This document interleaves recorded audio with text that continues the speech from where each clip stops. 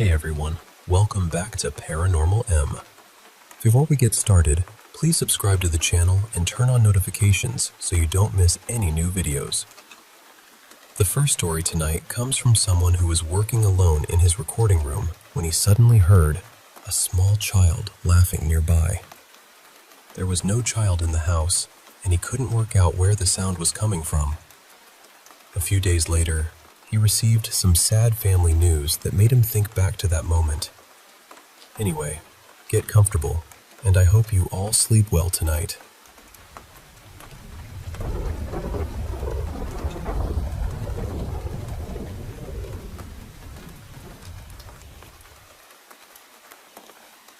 This happened about 27 years ago, when I was living alone in a townhouse-style condo. An older woman named Mrs. Ellman lived in the unit below me. She was quiet, kept to herself, and I rarely saw anyone visit her. My place took up the 3 floors above hers, and the units were completely separate. My bedroom and small recording setup were on the top floor. The neighbors on either side usually worked during the day, and neither household had children.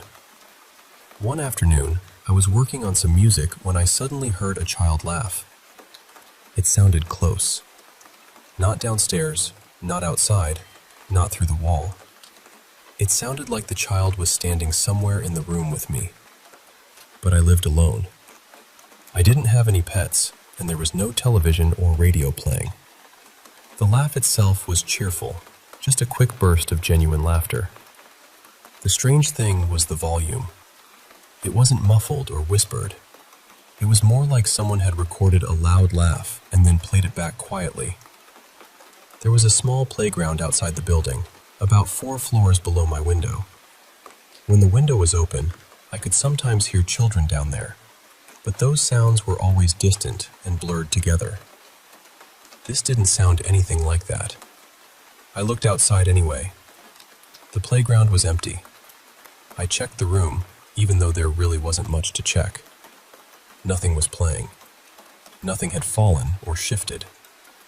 Eventually, I went back to work. A few minutes later, I heard the laugh again.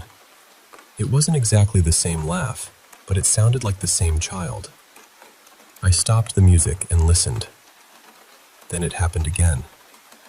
I couldn't tell where it was coming from. Every time I tried to focus on a direction, it seemed to come from nowhere in particular. It still sounded close, almost as though the sound itself was inside the room. I checked the playground again. Still empty. This continued for nearly an hour. Sometimes I heard it while the music was playing. Other times, I heard it when the room was completely silent. After a while, I stopped trying to understand it. The child didn't sound frightened or upset. The laughter sounded happy, so I just carried on with my work. Eventually, it stopped. I didn't even notice right away. A few days later, my cousin called me. She told me that another cousin of ours had lost his 6-year-old son. That cousin had briefly lived with my family when I was young, before moving back to his home country. He later married and had several children.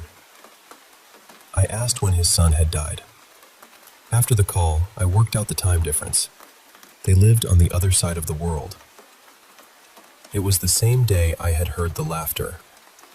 Then I remembered something my parents had told me after visiting relatives there. They had met the little boy. They described him as bright, polite, and playful, but said he had a serious heart condition. Apparently, they had told him about me. He had said he hoped he could meet me someday. I've never really believed in ghosts or anything like that.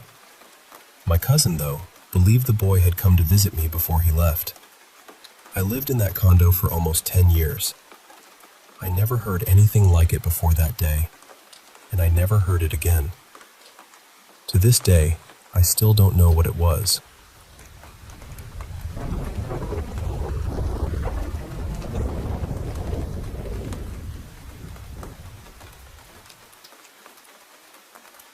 I used to call him the man in shadow.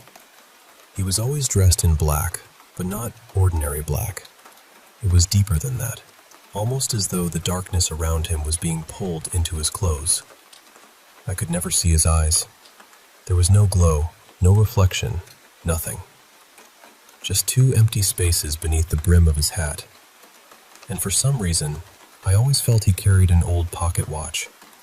I never actually saw it, but I could picture the long silver chain hanging beneath his coat as clearly as anything else.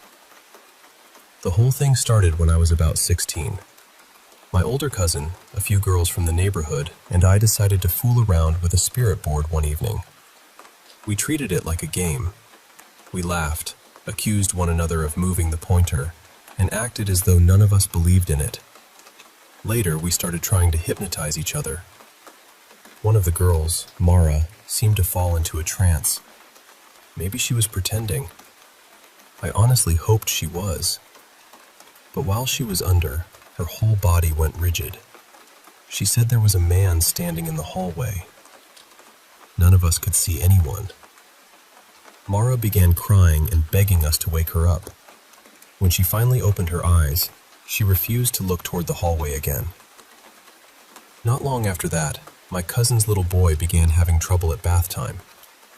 He had always been independent, but suddenly he refused to bathe alone. He would scream until his mother came into the room. Eventually, he told her that his invisible friend had asked whether he could hold him beneath the water. We never knew whether that invisible friend had anything to do with the man Mara saw. Still, something had changed. A few years passed. By then, I was 19 and had my own car. One evening, my cousin and I drove out to an abandoned farmhouse that had once belonged to our family. Mara had planned to come, but she was still underage and could not get permission. On the drive home, the road was dark and nearly empty. Without warning, a figure appeared directly in front of my car. I slammed on the brakes because I was certain I had hit someone.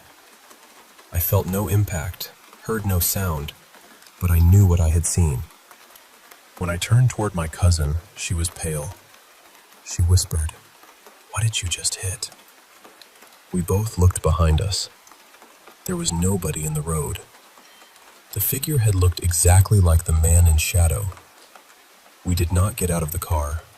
We kept driving, and I have always believed that if Mara had been with us that night, something much worse would have happened. After that, he seemed to belong to me. I began seeing him in my rearview mirror. I would be driving alone at night, glance upward, and find him sitting silently in the back seat. He never moved. He never spoke. He simply watched from beneath that hat, his face hidden in darkness. It happened several times until I eventually wrecked that car. When I bought another one, I thought the problem was over. I convinced myself that whatever I had been seeing was somehow attached to the old vehicle.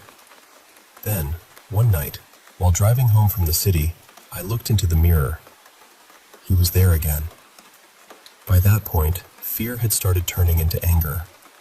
I shouted at him, sometimes aloud and sometimes only inside my head. "What do you want? Why are you following me? Why won't you leave me alone?" He never answered. That car was destroyed in an accident too. Years went by. I moved to another state and built a new life. But every so often, usually while driving at night, he would return. I finally told two close friends about him. The worst encounter happened while the three of us were working a job that required a lot of travel. My friends were in one car, and I was driving mine. We were moving through an unfamiliar city, passing each other on the highway and talking over the phone. After losing sight of them for a few minutes, I glanced toward the car beside me. There was a man sitting in the passenger seat. He was not wearing the black coat or the hat, but the moment I saw him, I knew. It was him. The man in shadow, only this time he looked completely human. A wave of dread passed through me so strongly that I could barely breathe. I pressed the accelerator and sped away. I drove recklessly for several miles before realizing I needed to get off the road. I pulled over, called my friends, and broke down crying. I sat there for a long time before my hands stopped shaking enough for me to drive again. That was when I decided I had to do something. Around that period, I had begun studying old spiritual traditions, protective rituals, and simple forms of folk magic. Most of what I practiced was harmless: blessings for a peaceful day, protection from danger, little rituals meant to bring comfort. Eventually, I found a method for banishing an unwanted presence. The idea was simple. The man in shadow belonged to darkness, so I imagined placing him somewhere darkness could not survive. Every night, I closed my eyes and pictured him standing in the middle of a blazing light desert beneath the noon sun. There were no trees, no buildings, and nowhere for a shadow to hide. Then I made him smaller. Night after night, I pictured him shrinking, smaller than a man, smaller than a child, smaller than a coin. I kept him beneath that endless sunlight until he became so tiny that the only darkness available to him was the narrow space beneath a single grain of sand. I left him there. The process took several weeks. That was more than 15 years ago. I have driven countless roads since then, many of them alone and in complete darkness. But I have never seen him again.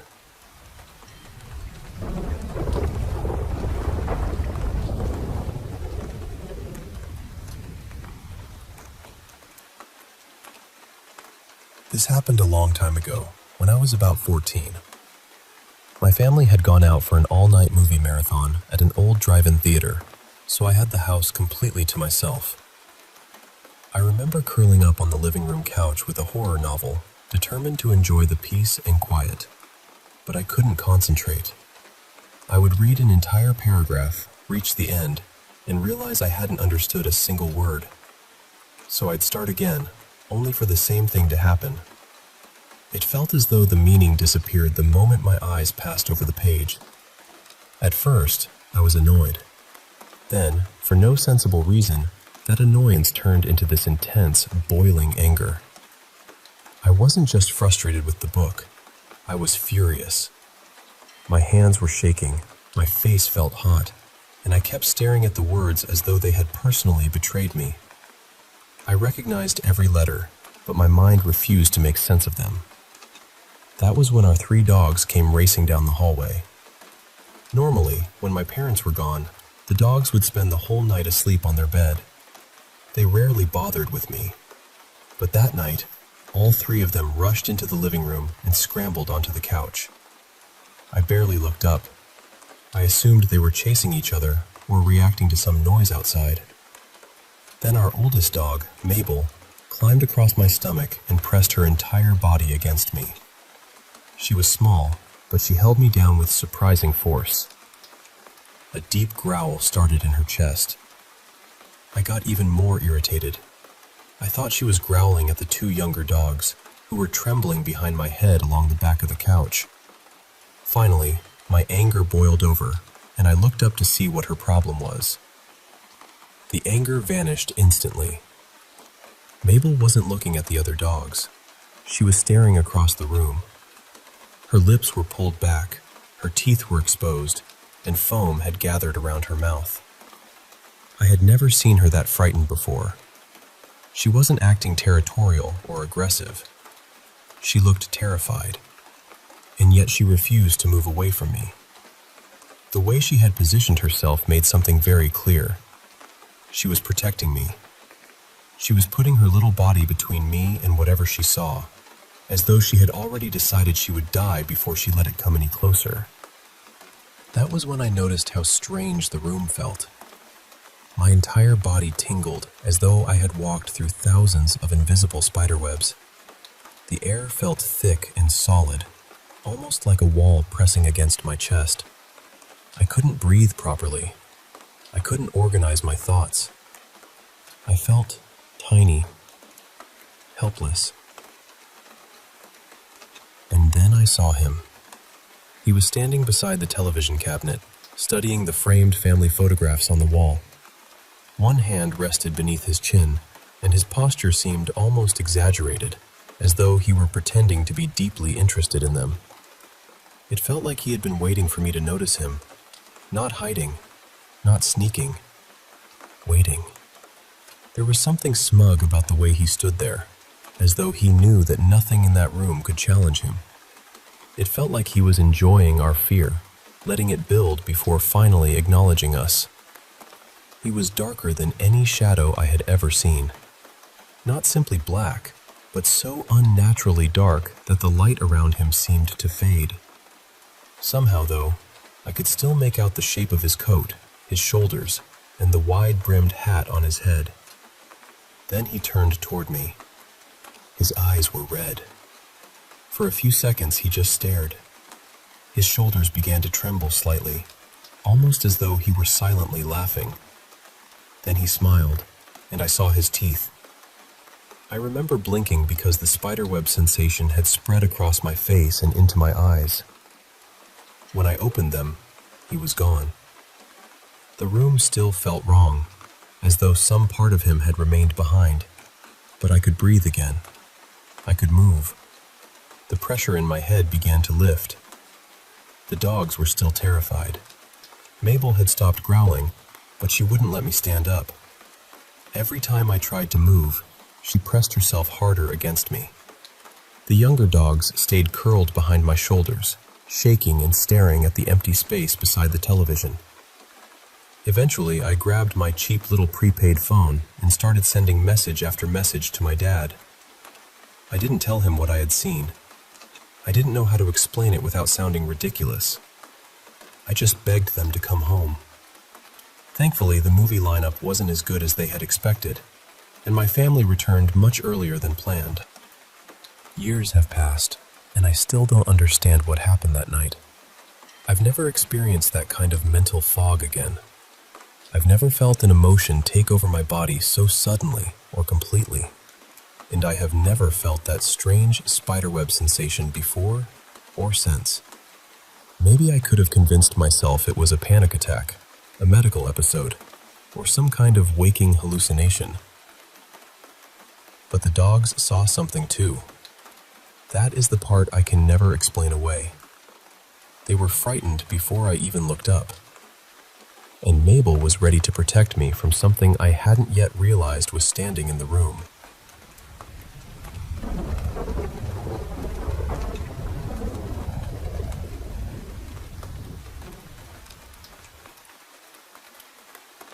I need to start by saying this wasn't just some spooky story we made up afterward. Everyone on our creative problem-solving team was there, and every one of them witnessed at least part of what happened. It was the summer of 2001, and our team had traveled to a university in the Midwest for a national competition. I wasn't a student there. We were simply staying in one of the older residence halls for 4 nights. From the moment we arrived, something about that floor felt wrong. On the first evening, the boys were divided between 3 rooms, while the girls had 2 rooms farther down the hall. Sometime after dark, a guy from one of the other rooms suddenly came rushing through our doorway. His face had gone completely pale. He asked whether he could sleep in our room. Naturally, we wanted to know why. He just shook his head and said, "You're not going to believe me. It'll be easier if I show you." So we followed him back to his room. His 2 roommates were sitting at their desks, quietly working on their part of the team project. Nothing looked unusual. Then he placed a pencil on top of the dresser. The pencil began to roll. At first, I laughed. I told him the dresser was probably uneven. The building was ancient after all. But then, the pencil reached the edge and rolled off. It didn't fall. It kept moving through the air. The pencil floated toward me until it stopped just inches from my face. It slowly spun around several times, almost as though someone invisible were inspecting it, and then drifted backward onto the dresser. As it landed, I heard a quiet chuckle somewhere near my ear. There was nobody standing beside me. We immediately told him he could sleep in our room, although he would have to take the floor. Then, all 6 of us ran out of there. The girls told us the next morning that strange things had happened in their rooms, too. They were so frightened that they spent the night crowded into another team's room. More incidents followed during our stay, but the strangest one happened to me. That night, I thought I had a dream. In the dream, I woke up needing to use the bathroom. I sat up and put on my black high-top sneakers because there was no chance I was walking barefoot into a shared dorm bathroom. Several guys were asleep on the floor, blocking the easiest path to the door. I didn't want to step over them or wake them, so I took another route. I walked up the wall. I remember it feeling completely natural. I continued across the ceiling until I reached the door. One of the guys was sleeping too close to it, so I reached down from the ceiling, shook his shoulder, and asked him to move over so the door wouldn't hit him. Then, I walked along the ceiling, out into the hallway, and past several dorm rooms. I went all the way to the bathroom, still upside down, used it, and returned the same way. I walked back across the ceiling, down the wall, and into bed. Then, everything went dark. The next thing I remember was hearing voices, as though I were deep underwater. They were distant and muffled at first, but gradually became louder. For a while, all I could see was blackness. Then a faint gray light appeared. Slowly, shapes and colors returned. My roommate was standing in front of me, snapping his fingers beside my ears and waving his hands inches from my face. Everyone in the room was shouting at me. I was sitting perfectly upright in bed. My shoes were on. They told me I had been staring at the empty wall for nearly 10 minutes. I wasn't speaking, blinking, or responding to anything. One of them said, "It didn't even look like I was breathing." They had been seconds away from calling an ambulance because they honestly believed I was dead. Still confused, I began telling them about the dream. I turned and pointed toward the wall. "And then," I said, "I walked up there." That was when we saw them. Footprints. The tread pattern from my sneakers had been burned into the wall beside my bed. The marks continued upward to the ceiling, crossed the room, passed through the doorway, and stretched down the hall toward the bathroom. Then, they came all the way back. They weren't dusty prints or muddy smudges. The rubber pattern looked scorched into the paint, dark and sharp, as though someone had pressed a heated branding iron against every surface I had walked across in the dream. Later that afternoon, one of the university student advisors gave us a tour of the building. We hadn't told him what happened. As we reached our floor, he casually mentioned that students had reported strange activity there for decades. According to him, a student who once lived in that exact room had died after jumping from the window during final exams. People believed his spirit still wandered the hallway, moving objects and frightening anyone who stayed there. The advisor described him as more of a prankster than a violent presence. I wish I could believe that was all it was, but after what happened to me, I've never been convinced that I was simply dreaming. I think something entered me while I slept, and for those 10 missing minutes, I think it was the thing sitting upright in my bed.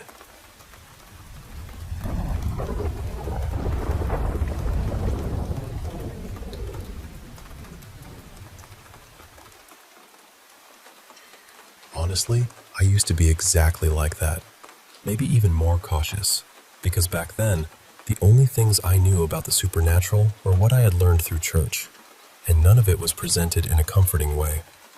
I'm older now, and I understand a lot more than I did then, but I still don't love the idea of opening myself up to things I don't fully understand. I've always worried that if you invite something in, you might not have the knowledge to control what comes through. The strangest experience I ever had happened when my mom went away for nearly 2 weeks. She had never left the house for that long before, and things started getting strange on the very first night. At the time, my boyfriend was living with us. What my family didn't know was that he had become abusive behind closed doors. My mom had heard us arguing, but she didn't realize how serious it had become. Whatever was in that house, though, seemed to know exactly what kind of person he was. That first night, He suddenly woke me up and whispered, "Something's wrong. There's something in the room watching me." I sat up, still half asleep, and almost immediately, something dropped from the ceiling and landed directly on him. If I had still been lying down, it probably would have hit me too. I switched on the lamp and saw a chunk of plaster and drywall on the bed. The ceiling was old, but nothing had ever fallen from it before. My mom lived in that house for more than 20 years, and it never happened again afterward. He wasn't badly hurt, but dust got into his eyes, and he completely panicked. Before going to sleep, we had both checked the windows and doors several times. My mom had made us promise to keep everything locked while she was gone, so we were unusually careful about it. The next morning, I woke up to the unmistakable sound of the front door opening. It made this loud, squeaking sound because of the weather stripping around it. Right after that, the dogs began barking wildly. Then I heard footsteps moving through the living room. The dogs followed the sound, barking the entire time. I threw on some clothes and hurried downstairs. My bedroom was only a short staircase away, and the house had hardwood floors, so every movement echoed. But when I reached the front door, it was still locked. The dogs were gone from the living room. As I walked through the dining room, I noticed something else. The pull chains from the ceiling fan had somehow been twisted tightly around the base of the fixture. They were too high for the dogs to reach, and neither of us had touched them. Then I stepped into the kitchen. The back door was standing wide open. It led into our fenced backyard, and both dogs were outside. At first, I assumed my brother had come over, because he was the only other person with a key.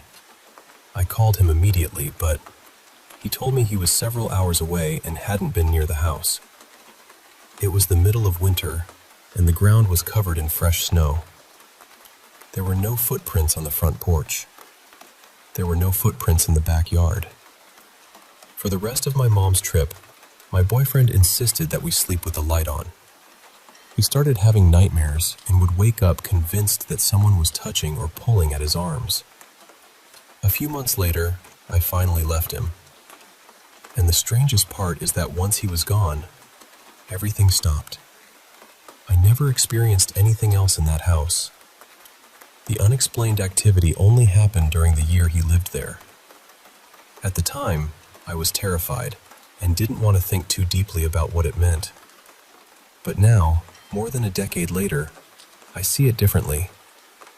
Sometimes I wonder whether the house was trying to warn me.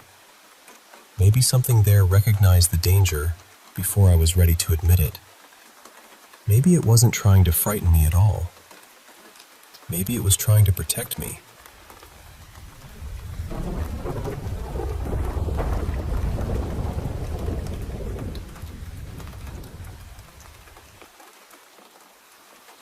I need to tell you about something I witnessed near the docks in Mumbai, because even now, I'm not completely sure how to explain it. There's an old part of the city near Cotton Green Station where everything feels heavy. The buildings are weathered, the air carries the smell of salt and metal, and you can hear machinery groaning in the distance. Hidden among those narrow roads is an open-air dargah where families are said to bring people suffering from spiritual possession. I went there because I was curious. Honestly, I didn't believe most of the stories. I thought I would watch a strange ritual, satisfy my curiosity, and leave with a reasonable explanation. Instead, I left with something that kept me awake for several nights. The courtyard was already overflowing when I arrived. There must have been more than 100 people gathered inside, with families standing close to those who had supposedly been possessed. While I was trying to understand what was happening, I noticed a young woman standing a few feet away from me. She looked completely normal. She was calm, well-dressed, and strangely composed compared with everyone else. When our eyes met, she didn't look away. She simply held my gaze and gave me a soft, almost reassuring smile. For one brief moment, it felt ordinary. Then, the drums began. The first beat was so deep that I felt it inside my ribs. At that exact moment, the woman's expression changed. Her smile disappeared. Her eyes rolled upward, her body stiffened, and she began jerking her head in fast, violent circles. Before I could even react, the entire courtyard erupted. Dozens upon dozens of people started moving at the same time, almost as though one invisible force had pulled every string at once. Bodies twisted, heads swung from side to side. People screamed until their voices no longer sounded human. Some cried out for mercy. "Please, let me go. Don't hurt my hands. Please don't break my legs." The voices sounded terrified, but they also sounded unfamiliar, deeper and harsher than the people they were coming from. For nearly half an hour, the courtyard became a storm of drums, screams, dust, and violently moving bodies. I stood, frozen. The woman beside me was no longer smiling. She was thrashing, so close that I could hear her breathing between the screams. I wanted to leave, but my legs wouldn't move. Then, the drumming stopped. Not gradually. It ended with one final beat. The entire courtyard fell silent. Almost everyone who had been moving collapsed at once. For several seconds, nobody reacted. Then family members rushed forward, lifting people from the ground, wiping their faces, calling their names, and trying to wake them. One by one, they opened their eyes. They looked confused and completely exhausted, as though they had returned from somewhere very far away. An elderly man standing nearby noticed how shaken I was. He placed a hand on my shoulder and told me not to be afraid. He said his sister had once suffered from the same condition. His family had brought her there 4 times. After the final visit, he claimed that whatever had been tormenting her was gone. "She came back to us," he said quietly, "completely well." I know he meant to comfort me, but as I walked back into the humid Mumbai night, I couldn't stop thinking about the young woman. I kept remembering the way she had looked directly into my eyes, that calm expression, that gentle smile. And one question has stayed with me ever since. When she smiled at me before the drums began, was I looking at an ordinary person who had no idea what was about to happen? Or was something inside her already awake, watching me and patiently waiting for the first beat?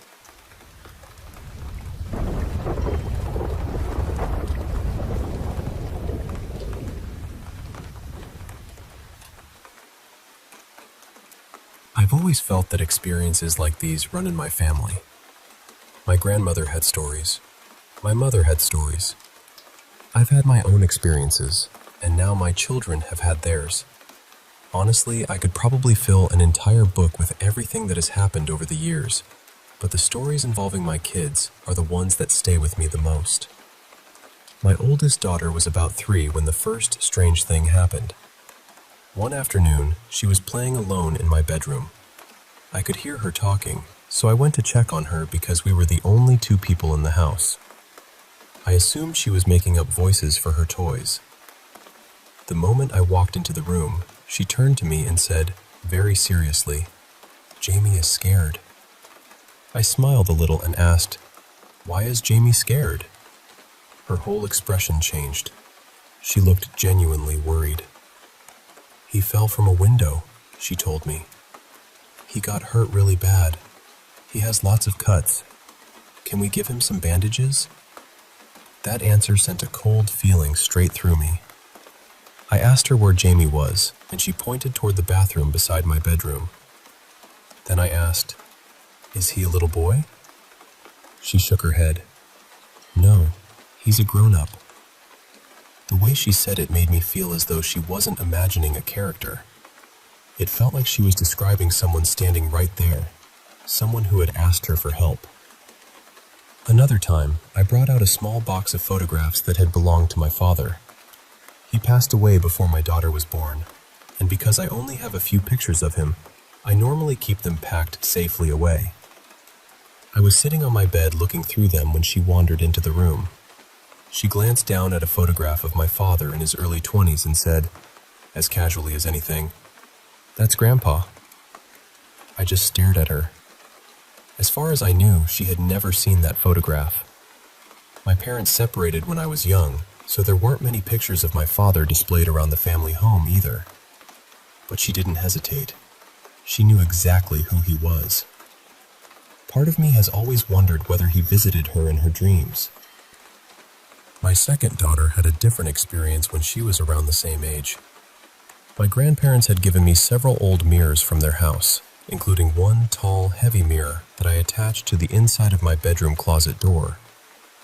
One night, my daughter climbed into bed beside me.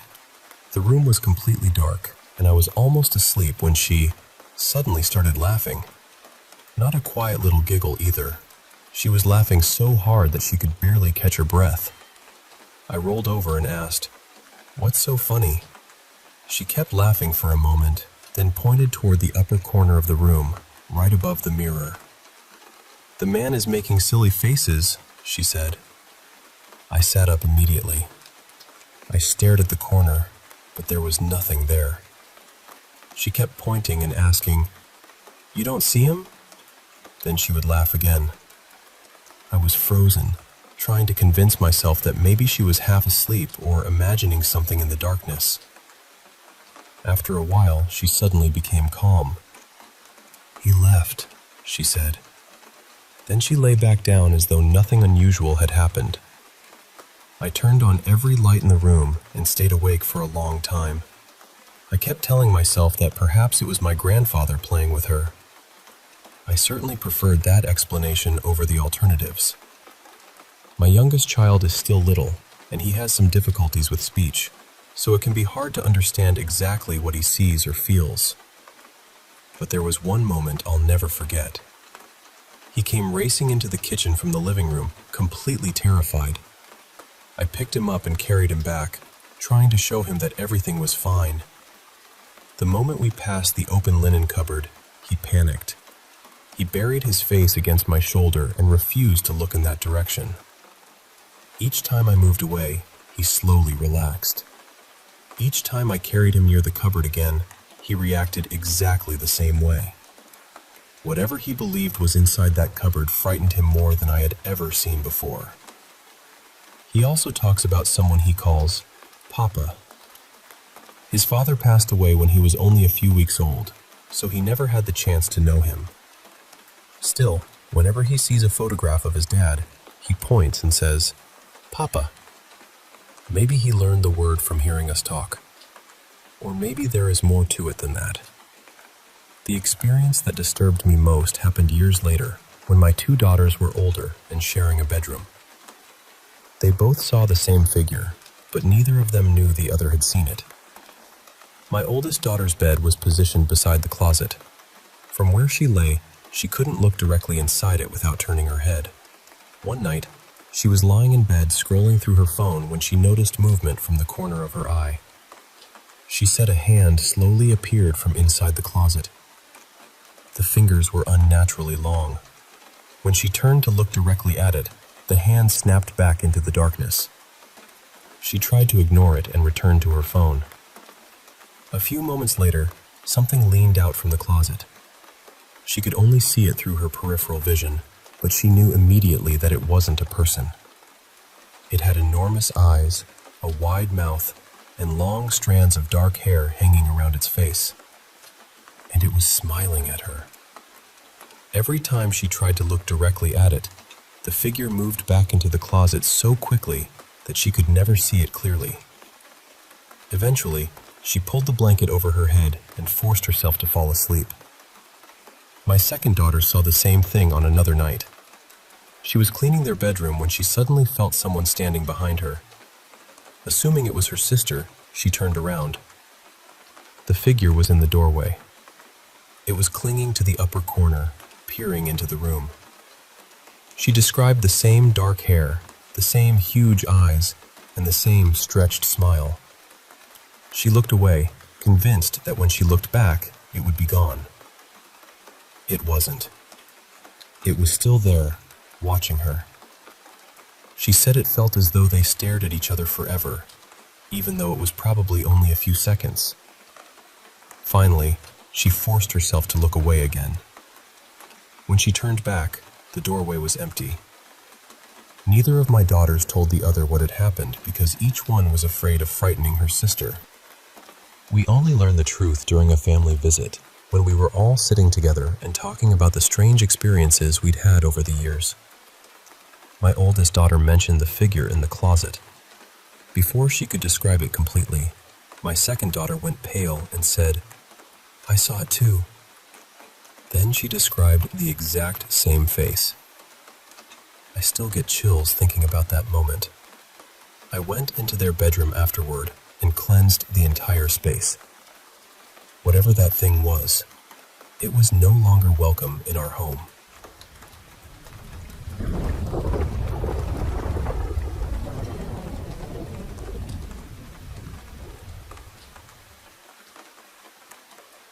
Alright, let me tell you about something that happened when I was around 11 years old, back when my family lived near Claremore, Oklahoma. My father had spent most of his life importing European antiques. His warehouses were packed with everything imaginable: carved beds from old estates, enormous dining tables, royal wardrobes, battered tavern furniture, strange fossils, ceremonial masks, and countless other objects that had survived hundreds of years. Every now and then, he would bring one of the more interesting pieces home. One evening in the late 1980s, he arrived with a portrait painted sometime in the 1700s. It showed a pale woman in a dark dress, sitting against an almost black background.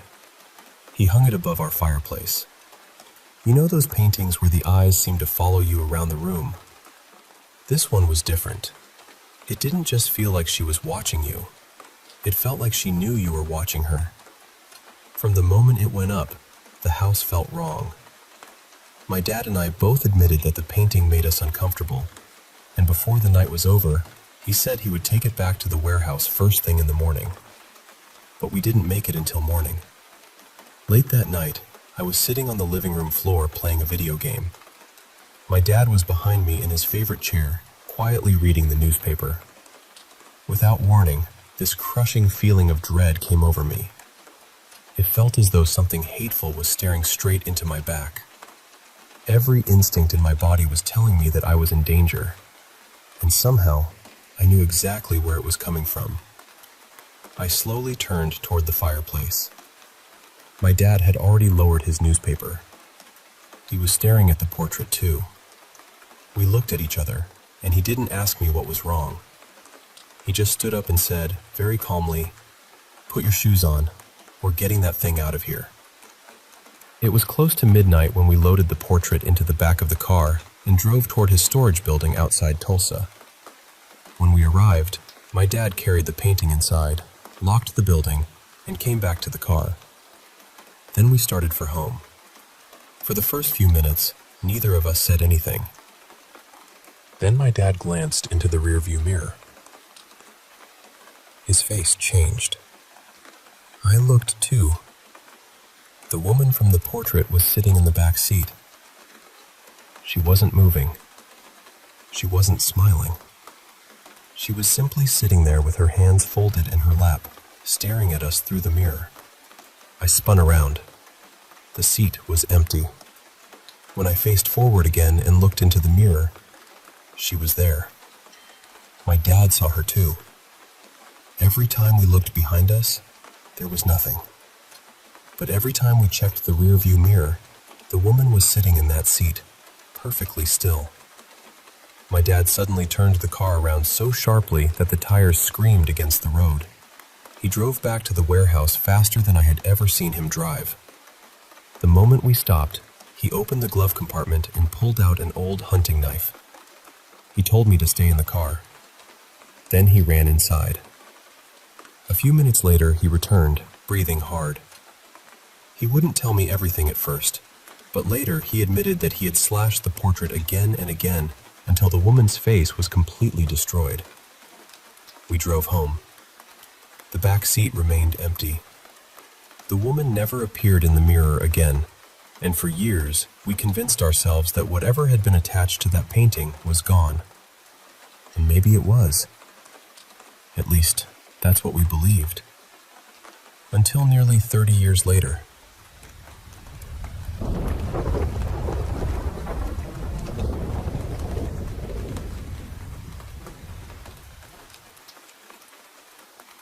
So, these are two stories that have stayed with me since I was a kid. The first one happened to my mom's youngest brother when he was a teenager. Based on his age, it must have been sometime around the early 1960s. I was probably 9 or 10 when he told me about it. I loved anything spooky back then, so one afternoon I asked him whether he had ever seen a ghost or experienced something he couldn't explain. He hesitated for a moment, then told me about the day he and 3 of his friends went exploring some caves near where they lived. This was a very rural area. There were miles of open fields, rocky hills, and hardly another house in sight.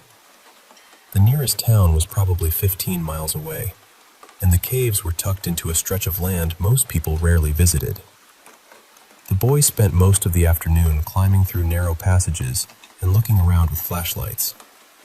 At some point, my uncle found a long, weathered bone lying near the back wall of one of the caves. He didn't know what kind of bone it was. Being a teenager, though, he thought it was interesting and decided to take it with him. After a few hours, everyone got hungry, so they drove into a small nearby town and stopped at a family-owned diner. The place had a few wooden tables outside, and while they ate sandwiches and drank bottles of soda, my uncle leaned the bone against the side of their table. That was when he noticed someone watching him. A man was standing beside an old tree about 25 feet away. He looked like he was wearing a faded military uniform, the kind my uncle had only seen in old photographs.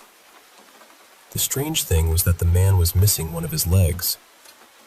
He didn't speak. He didn't move closer.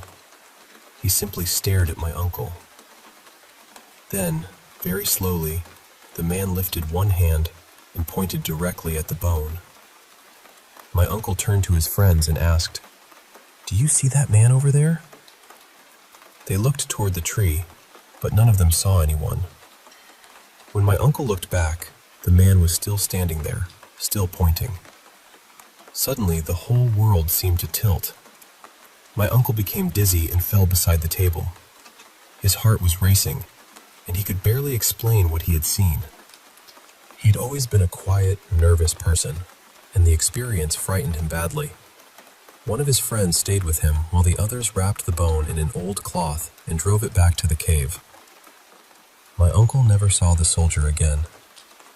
I remember trying to ask him more questions. I wanted to know what the uniform looked like, how long the man had been standing there, and whether my uncle believed the bone had belonged to him. But my mom stopped me. She could see that her brother was becoming anxious, and she gently told me to leave the subject alone. The second story happened to my dad when he was a boy. He grew up on a ranch that had been in his family since the 19th century. It covered more than 100 acres and was surrounded by undeveloped land. At night, there were no streetlights, no traffic, and no nearby neighbors. Just open country and darkness. My dad experienced several unusual things on that ranch, but this was always the story that frightened me most. He was around 9 years old when it happened, sometime in the late 1940s. One evening, after supper, he went to rest in a sitting room across the courtyard from the main part of the house. The rooms in those old ranch houses weren't always connected, so you sometimes had to step outside to move from one part of the home to another. The sitting room was empty. My dad closed the thick wooden door behind him, lay down on a woven rug, and shut his eyes. He wasn't asleep. He was simply resting. A few minutes later, he felt something touch his face. It felt like a warm, furry paw resting gently against his cheek. He sat up immediately and looked around. There was nothing there. The door was still closed, and it was so old and heavy that it made a loud creaking sound whenever anyone opened it. There was no way an animal could have entered without him hearing it. The family didn't own a dog either, and the nearest neighboring ranch was miles away. After a while, he convinced himself that he must have imagined it. Then, a few weeks later, it happened again. He returned to the same room after supper, closed the door, and lay down in nearly the same place. At some point, he felt the furry paw press against his cheek. This time, he was ready. Without opening his eyes, he reached up and grabbed whatever was touching him. He told me he could feel it clearly in his hand. It felt like the lower leg and paw of a large dog, maybe even a coyote. There was fur beneath his fingers, and for one brief second, it felt completely solid. Then it began to disappear. Not pull away, disappear. He said it dissolved inside his grip until he was holding nothing but empty air. When he opened his eyes, the room was still empty and the wooden door was still firmly shut. He never found out what touched him. That story has always stayed with me because it wasn't something he simply saw from a distance. Whatever it was, he felt it. And for one impossible moment, he actually held it in his hand.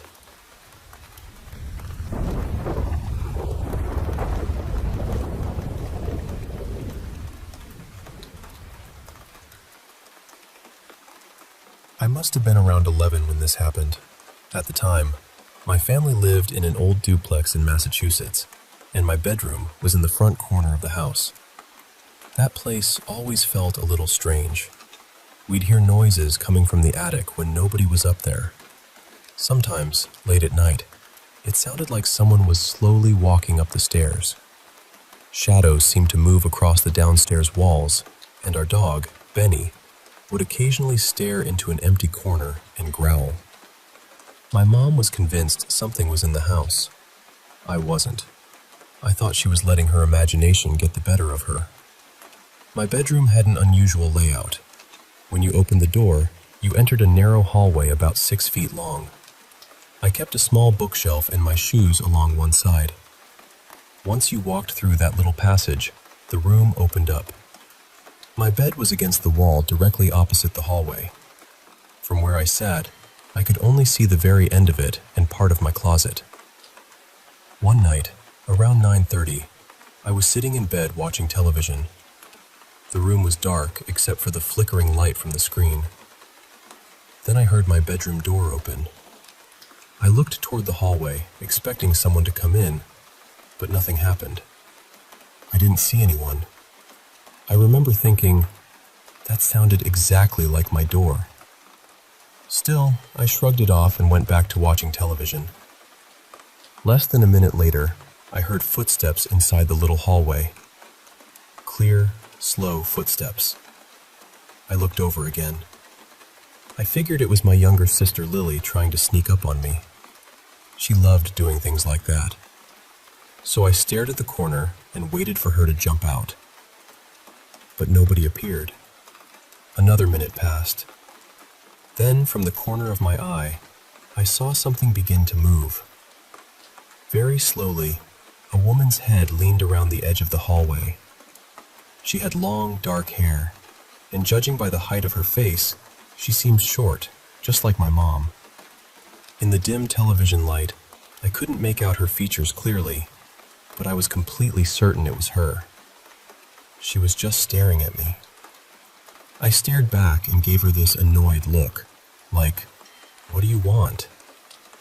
She didn't react. She didn't blink or smile. She just stayed there, with only her head visible around the corner. Finally, I said, "What?" Nothing. So I said it again, louder. "What?" The head immediately pulled back out of sight. I sat there for a moment, confused and irritated. I thought my mom was trying to scare me, but I couldn't understand why she wasn't laughing or saying anything. Then I realized I hadn't heard footsteps leaving. I hadn't heard the bedroom door open. I hadn't heard anything at all. That was when the goosebumps started. I slowly climbed out of bed and walked toward the hallway. When I reached the exact spot where I had seen the woman's head, I stopped. I took a breath, then quickly leaned around the corner, expecting to find my mom crouched near the door. There was nobody there. The hallway was empty. My bedroom door was still closed. I ran straight into my mom's room, crying and begging her to admit she had been standing in my doorway. She looked completely confused, and when she realized how frightened I was, she started tearing up too. She swore she had never left her room. Then she quietly said, "I've always told you there's something strange about this house." Years later, I learned that the duplex had been built near the remains of an old 19th century cemetery that had been relocated when the neighborhood was developed. I still don't know what looked around that corner at me. All I know is that it looked enough like my mother to make me feel safe at first. And somehow, that was the most frightening part.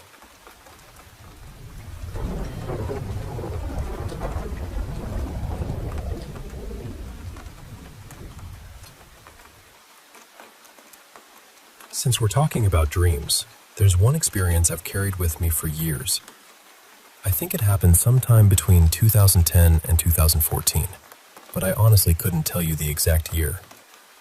It was nighttime in the dream, just as it had been when I went to sleep. I was in the bedroom of the house where I lived back then, several floors above the street. At first, I heard something near the window. It may have been knocking or tapping, or even just a sound my mind interpreted that way. I can't be certain anymore.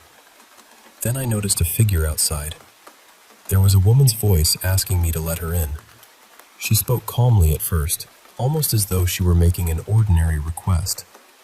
But I could only see her outline against the darkness, and there was nothing ordinary about her shape. She looked deeply inhuman. Her entire form was darker than the night around her, almost unnaturally black. Years later, the closest image I could compare her to was a shadowy depiction of Kali, although this creature seemed far less human. When I didn't let her in, her voice changed.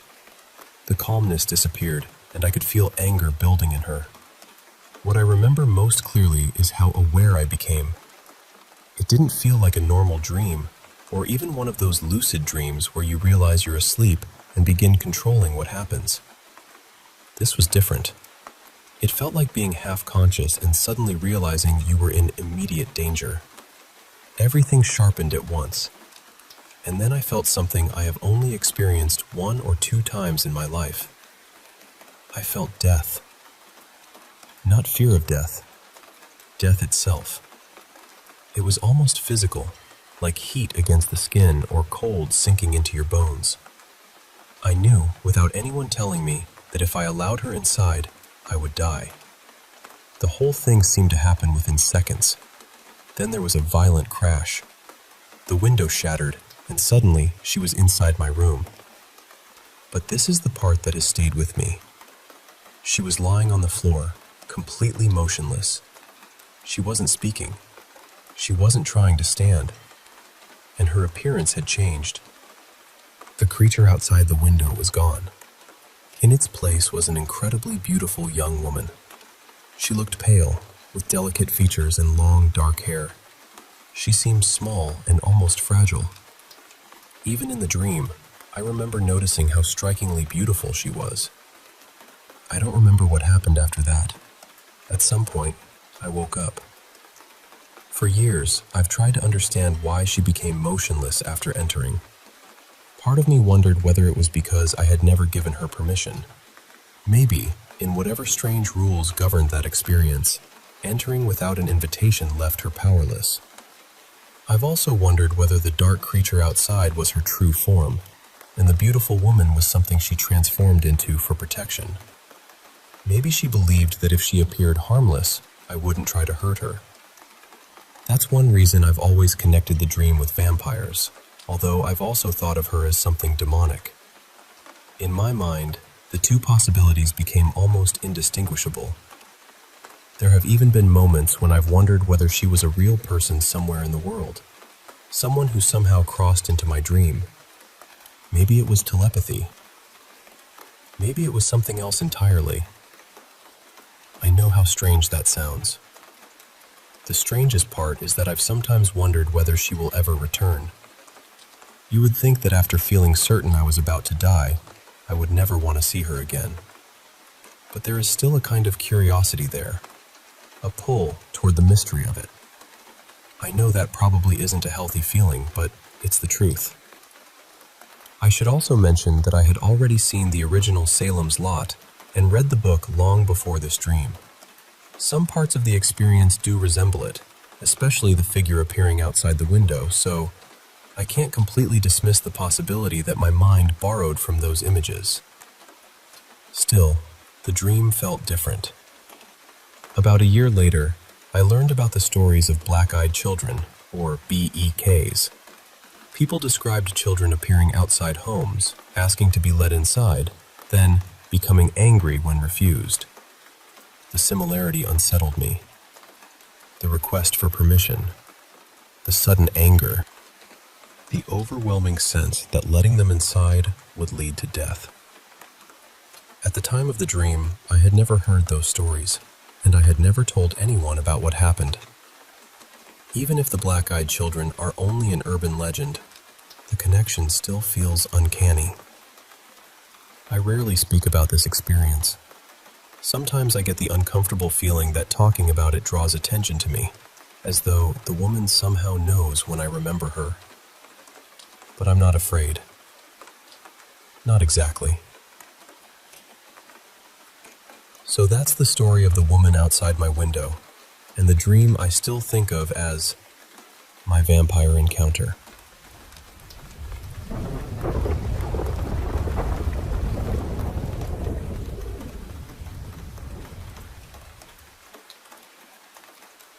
Hey, I want to share with you a story that happened to me just before Halloween. Something that still creeps me out whenever I think about it. So, picture this. It's the day before Halloween, and I get this call from my coworker, Miranda. Now, Miranda isn't just any coworker. She's the only criminal pathologist in our area, which is pretty neat because we don't usually deal with much crime in our small town. She's the one who handles autopsies for the police. We had only known each other a few months, but we'd become good friends in that short time. Anyway, Miranda calls me up and asks for a favor. She wants me to take her nephew and his 2 friends out trick-or-treating. The thing is, after the summer when a couple of kids went missing on a hiking trail, thankfully they were found safe, the parents have become pretty strict. They'll only let the kids go out if an adult is supervising. Miranda's working late that night, and with the parents' busy schedules, I was the only one available. So, I agreed. That evening, I drove over to the nearby city where Miranda lived. When I arrived, Miranda was unloading the kids from her car. She looked a bit nervous, but mostly just cautious about the chaos a group of kids could get into. She handed me the trick-or-treat bags and a map of the route, just to make sure I knew where to go since I wasn't familiar with the city's suburbs. I was pretty comfortable with the main street downtown, but the rest was new territory for me. She introduced me to the kids one by one, even though I already knew their names. There was Sam, Miranda's nephew, about 13 years old, dressed as a skeleton in a full bodysuit with face paint. Then Kim, his friend, a bit shorter, dressed as a classic vampire. They told me their costumes had a theme this year.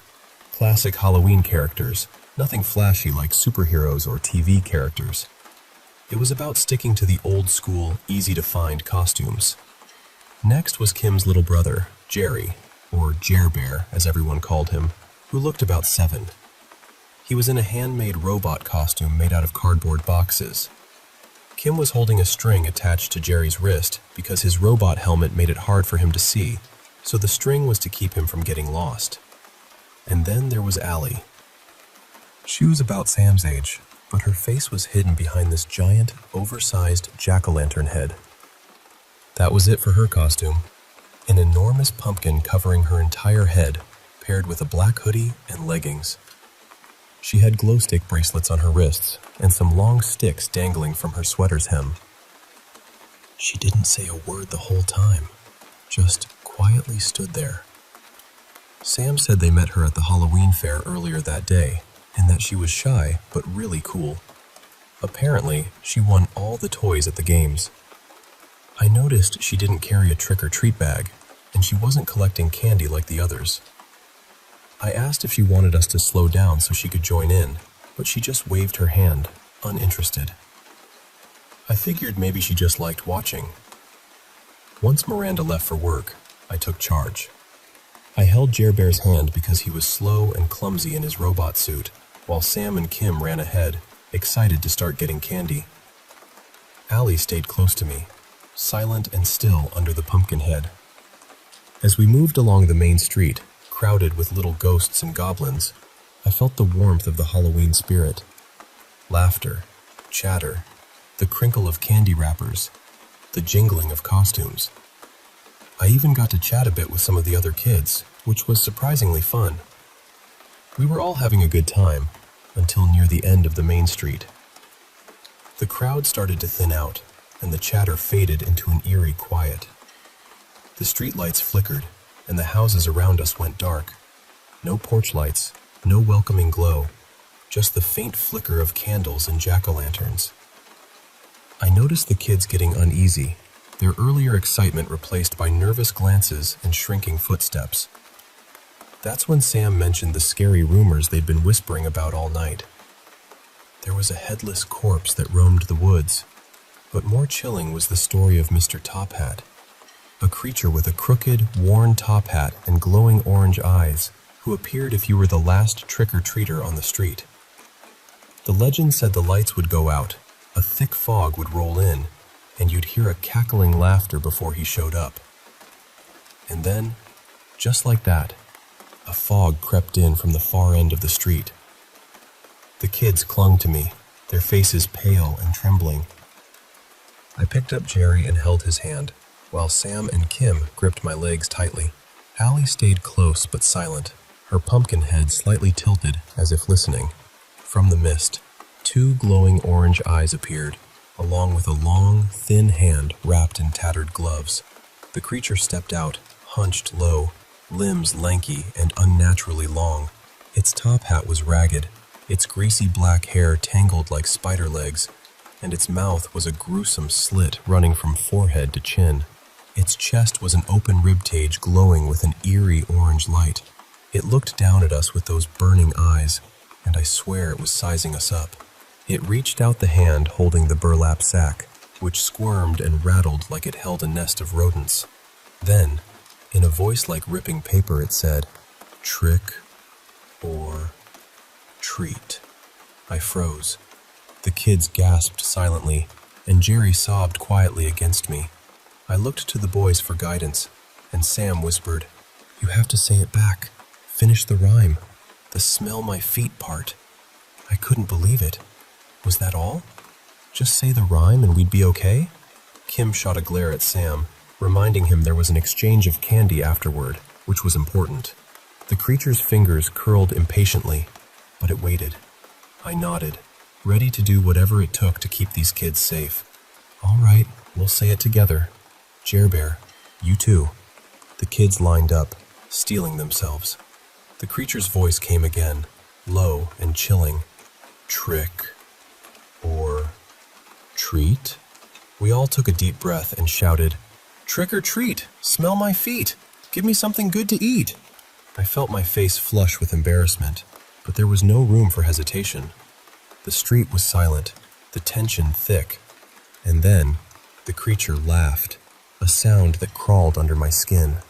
It opened the sack, and I could hear faint, desperate squeals and scratching inside before it pulled out its hand, now filled with shimmering black goodie bags.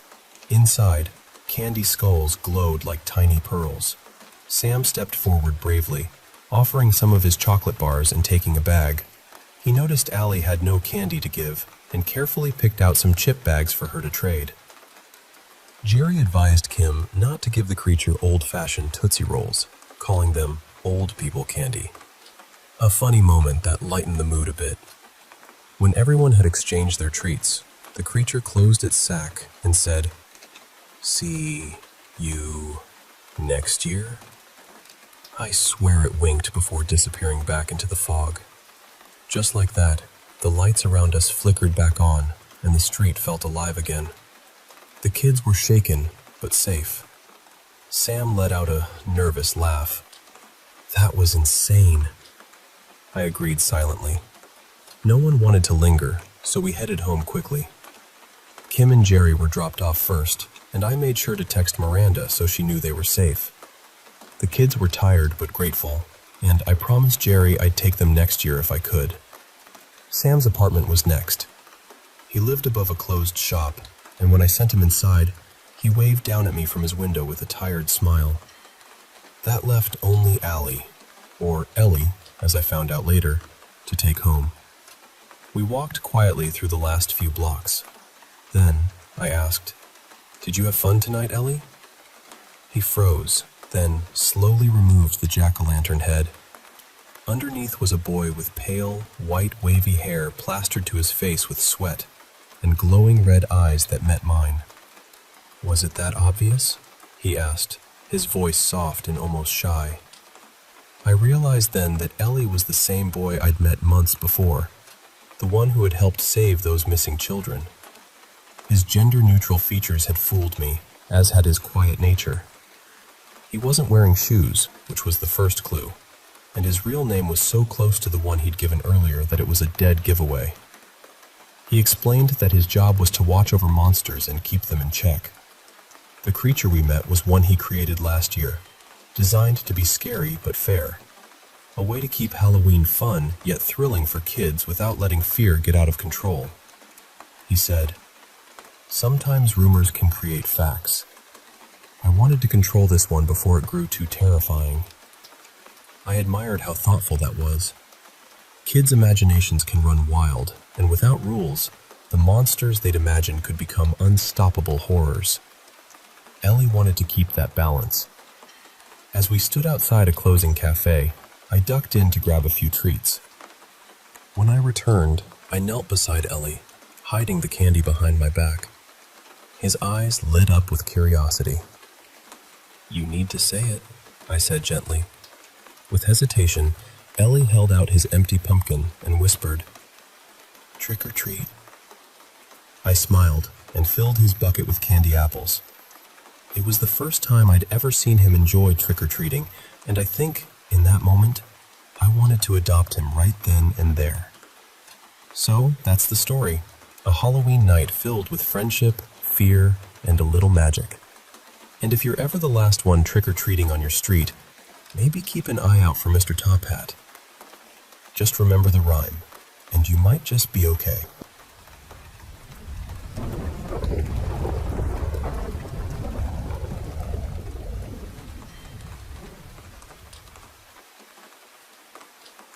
I really need help, and I know this is going to sound strange. It's a long story, but I'm honestly grateful to anyone willing to listen without immediately deciding I'm imagining everything. I'm 19, and ever since I was a child, I've noticed things that other people don't seem to. I wouldn't call myself psychic. It's more like I can walk into a room and immediately sense when something feels wrong. Sometimes it happens around certain people or objects, too. The women on my mom's side of the family have always described having the same kind of intuition. My first experience happened when I was around 7. I woke up in the middle of the night and saw what looked like a pale figure hovering over my bed. Its face seemed hollow and sunken. I was young, so maybe it was just a nightmare, but I can still remember it clearly. As I got older, I would occasionally see shadows moving in doorways or across walls. Most of the time, I could convince myself there was a normal explanation. Things changed during lockdown. At the time, I was struggling with my faith. I would lie awake at night and speak out loud to whatever might be listening, asking for some kind of sign that I wasn't alone. Looking back, I wish I hadn't done that. It felt like I had opened a door without knowing what was on the other side. At first, I began smelling my great-grandfather's aftershave in my bedroom. It was a very specific scent, warm and slightly spicy, and it made me feel safe. I thought maybe he was watching over me. Then the smell stopped. Not long after that, I started noticing a tall, dark shape moving around the corners of my room. I would see it out of the side of my eye, but whenever I turned toward it, it disappeared. It followed me for months. I would feel it standing behind me in hallways or watching from the doorway while I was trying to sleep. Whatever it was, it didn't feel comforting. It felt patient, almost as though it had used the familiar scent to make me lower my guard. About a year later, I started praying consistently and asking God to remove anything harmful from my home. Eventually, the figure stopped appearing. I thought it was over. But during the past year, that feeling has returned. I don't see the figure as clearly anymore. Somehow, that's worse. It feels like it has learned how to hide. I'll enter a room and feel the atmosphere change instantly, like the air has become heavier. Sometimes I can sense it following me down the hallway and into my bedroom. For a while, I tried to ignore it. I thought that refusing to react might make it leave. Then it began getting closer. A few months ago, I was lying on my side in bed, mindlessly scrolling through my phone, when I saw something low to the ground moving toward me. It looked like a shadow crawling across the carpet. The moment I sat up, it vanished. Until then, I had never felt as though it was trying to approach me physically. The last few nights have been much worse. 3 nights ago, I felt a sudden burning sensation along my calf. I assumed I had scratched myself without noticing, but there wasn't a mark when I checked. By the next day, a thin cut had appeared. It's shallow, but it has become more irritated instead of healing. The following night was quiet. Then, last night happened. I was sitting in bed with my little dog curled beside me. He was asleep while I was looking at my phone. Suddenly, the entire bed began shaking. It didn't feel like a small vibration. It felt as though someone had grabbed the frame and rattled it. My dog immediately stood up and stared at the floor beside the bed. Then he jumped down, crossed the room, and sat near the door. I tried not to panic. I said a prayer and continued scrolling because I didn't want to give whatever was happening a reaction. A few minutes later, while my dog was still sitting across the room, I felt the mattress sink beside me. It felt exactly like something had climbed into bed. I turned on my flashlight and searched the blankets, the floor, and underneath the bed. There was nothing there. Then I felt it beside me again, and I could hear breathing. It was slow, close, and coming from the empty space next to my shoulder. Today there were 2 loud knocks from inside the wall near the kitchen. My mom and my younger brother both heard them. Even the dogs reacted and started barking, so I know that part wasn't only in my head. My mom and grandmother have both admitted that the house feels different lately. They describe it as tense and heavy. But part of me keeps wondering whether we're frightening one another and interpreting ordinary things as something more sinister. I feel terrified, but I also feel embarrassed. I don't know whether something paranormal is happening, whether there's a medical or environmental explanation, or whether I need to speak to a mental health professional. I just need someone to take me seriously and tell me what the safest next step is, because right now, I don't feel safe sleeping in my own room.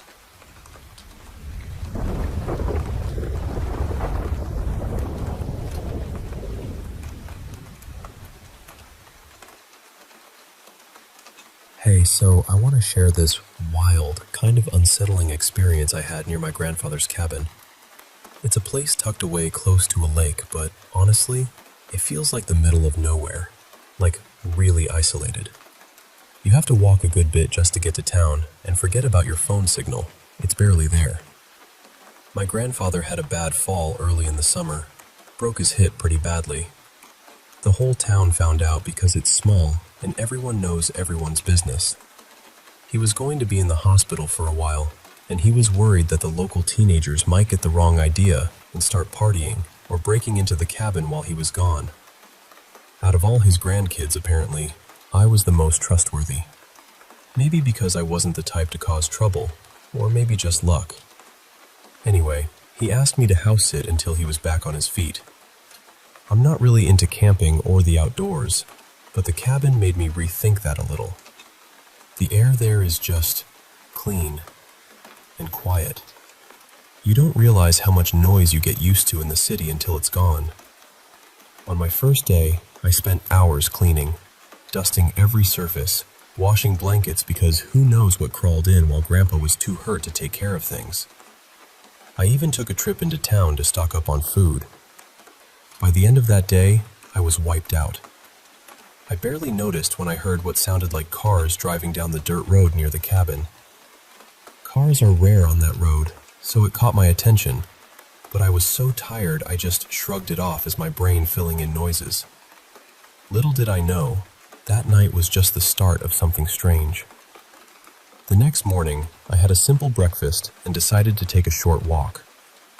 A friend of mine, an artist, had asked me to take pictures of the woods for his project, so I grabbed my camera. I stayed close to the cabin, not wanting to get lost. When I reached the dirt road, I stopped and stared at all the tire tracks in the dust. The more I looked, the weirder it felt. Why were there so many cars?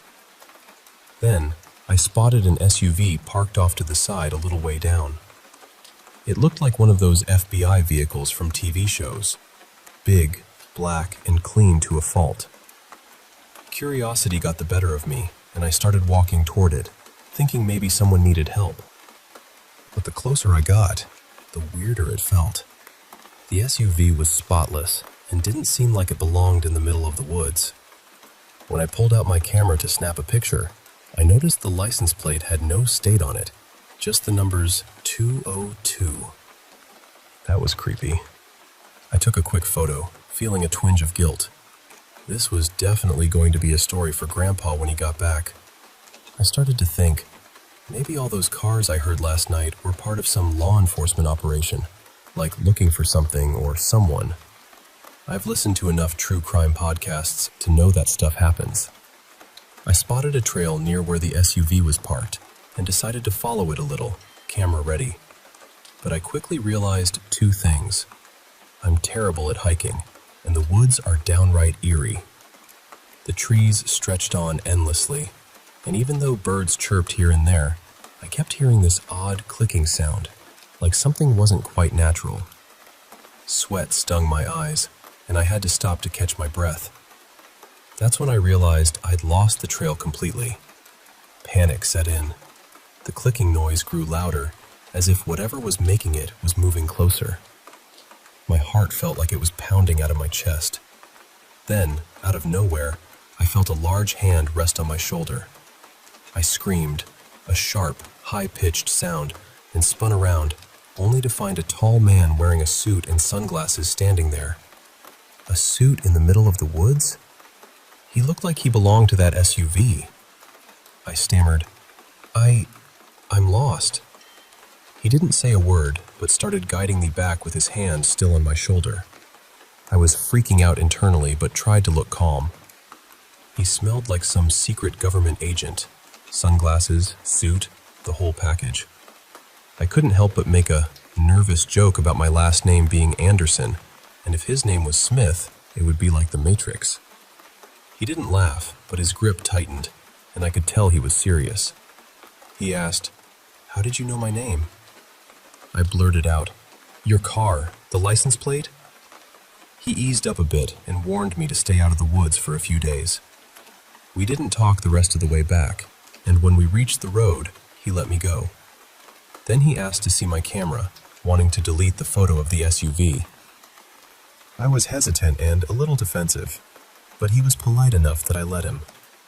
Oddly, he deleted one extra photo, just a shot of some trees I'd taken before getting lost. When I questioned it, he claimed it was a slip of the finger. I didn't press it.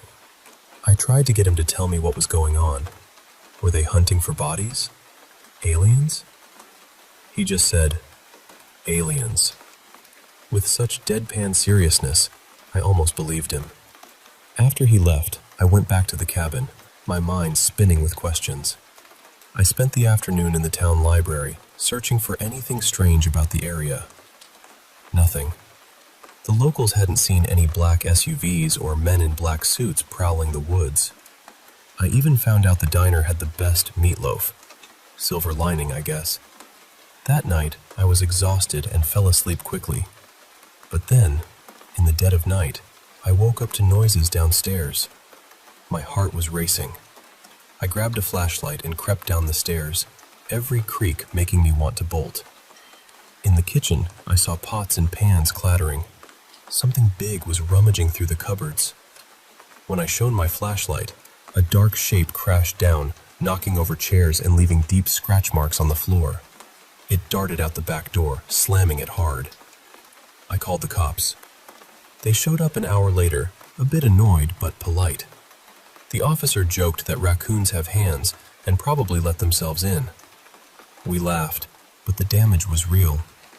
The only thing missing was a punctured box of table salt. I still don't know why it wanted salt, but okay. The cops helped me fix the door temporarily and gave me a contact for a repair guy. I paid the guy with 2 six-packs, a fair trade. After all that, I couldn't resist following the tracks outside to the tree line. But I didn't want to get lost again, and the agent's warning echoed in my mind. I took a walk down the dirt road, the summer sun blazing overhead. I heard families splashing in the lake nearby and birds singing. Then, out of nowhere, 3 black SUVs came down the road. People in black suits jumped out and disappeared into the woods. I tried to follow, but they were gone before I could catch up. Then, from the trail, the agent appeared. He saw me and made a shooing motion. When he got close, he scowled and warned me again to stay out of the woods. I teased him a bit, but he just told me not to press my luck. He opened the back of an SUV and pulled out a heavy black metal box, asking if I could carry it. I tried, but it was way too heavy. He picked it up effortlessly, probably enjoying the moment. Before he left, he repeated his warning one last time. I felt like I was stuck in some spy thriller, but I still had no clues about what was really going on. The heat and the stress nearly knocked me out when I got back. I took a cool shower and accidentally napped through most of the afternoon. Seriously, how do these guys wear suits in this heat? So yeah, that's where things stand. There are definitely agents in the woods near the cabin, and whatever they're guarding or investigating is something huge. I'm torn between being terrified and fascinated. But one thing's for sure, I'm going to keep digging, even if it's just from a safe distance. I'll update you when I find out more.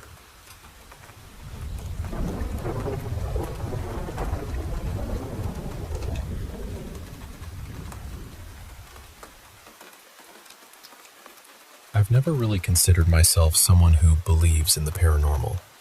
I don't judge people who do, and I'm definitely not saying strange things can't happen. I've just always been the kind of person who looks for a practical explanation first. Stress, coincidence, imagination, something like that. But there's one thing that has followed me for years, and no explanation has ever completely fit. I first heard the voice when I was 19. I had moved several states away from my family and rented a tiny apartment in an old building near the Canadian border. The place wasn't exactly charming. The pipes rattled, the windows leaked cold air, and the hallway always smelled faintly like wet carpet. Still, it was mine. It was the first time I had ever lived completely alone, so when I began hearing things, I assumed loneliness was getting to me. The first time it happened, I had overslept before an early shift. I woke up because a man's voice said, very clearly, "You're late, baby. Come on, you need to get up." It sounded close, almost as though someone were standing beside the bed. I opened my eyes, grabbed my phone, and realized my shift had started nearly 20 minutes earlier. I panicked, threw on whatever clothes I could find, and rushed out the door. I didn't really think about the voice until weeks later. I had just worked back-to-back shifts and came home completely exhausted. I lay down on the couch without even taking off my shoes and fell asleep almost immediately. Sometime during the night, that same voice started shouting, "Babe, wake up!" At first, I thought I was dreaming. Then it got louder. "Baby, you have to get out. Wake up now. Get outside." There was so much urgency in his voice that I didn't stop to question it. I jumped up, ran downstairs, and stumbled out into the freezing air wearing nothing but sweatpants and socks. The moment I reached the sidewalk, I became violently sick. My head was pounding. I felt dizzy and confused, and I started throwing up near the front steps. The building door had locked behind me, so I called emergency services. It was sometime after 1 in the morning, and I was barely able to explain what was happening. The officer who arrived suspected carbon monoxide almost immediately. The fire department came soon afterward and evacuated the building. Several apartments had dangerously high readings. A few of my neighbors were taken to the hospital, but thankfully, everyone survived. For a long time, I convinced myself the voice had been caused by the carbon monoxide. Maybe my brain had sensed something was wrong and turned that feeling into a hallucination. That explanation made sense. At least, it did until I heard the voice again. By then, I had moved to another city and was living in a completely different building. One evening, about a year later, I was taking a bag of trash out to the alley. Just before I stepped through the gate, the voice said, "Drop it, babe. Go back inside." I froze for a second, but then I ignored it. A moment later, a man came sprinting around the corner with 2 police officers chasing him. He slammed straight into me, knocking me onto the pavement. The trash bag burst open everywhere. He barely looked back before getting up and running again.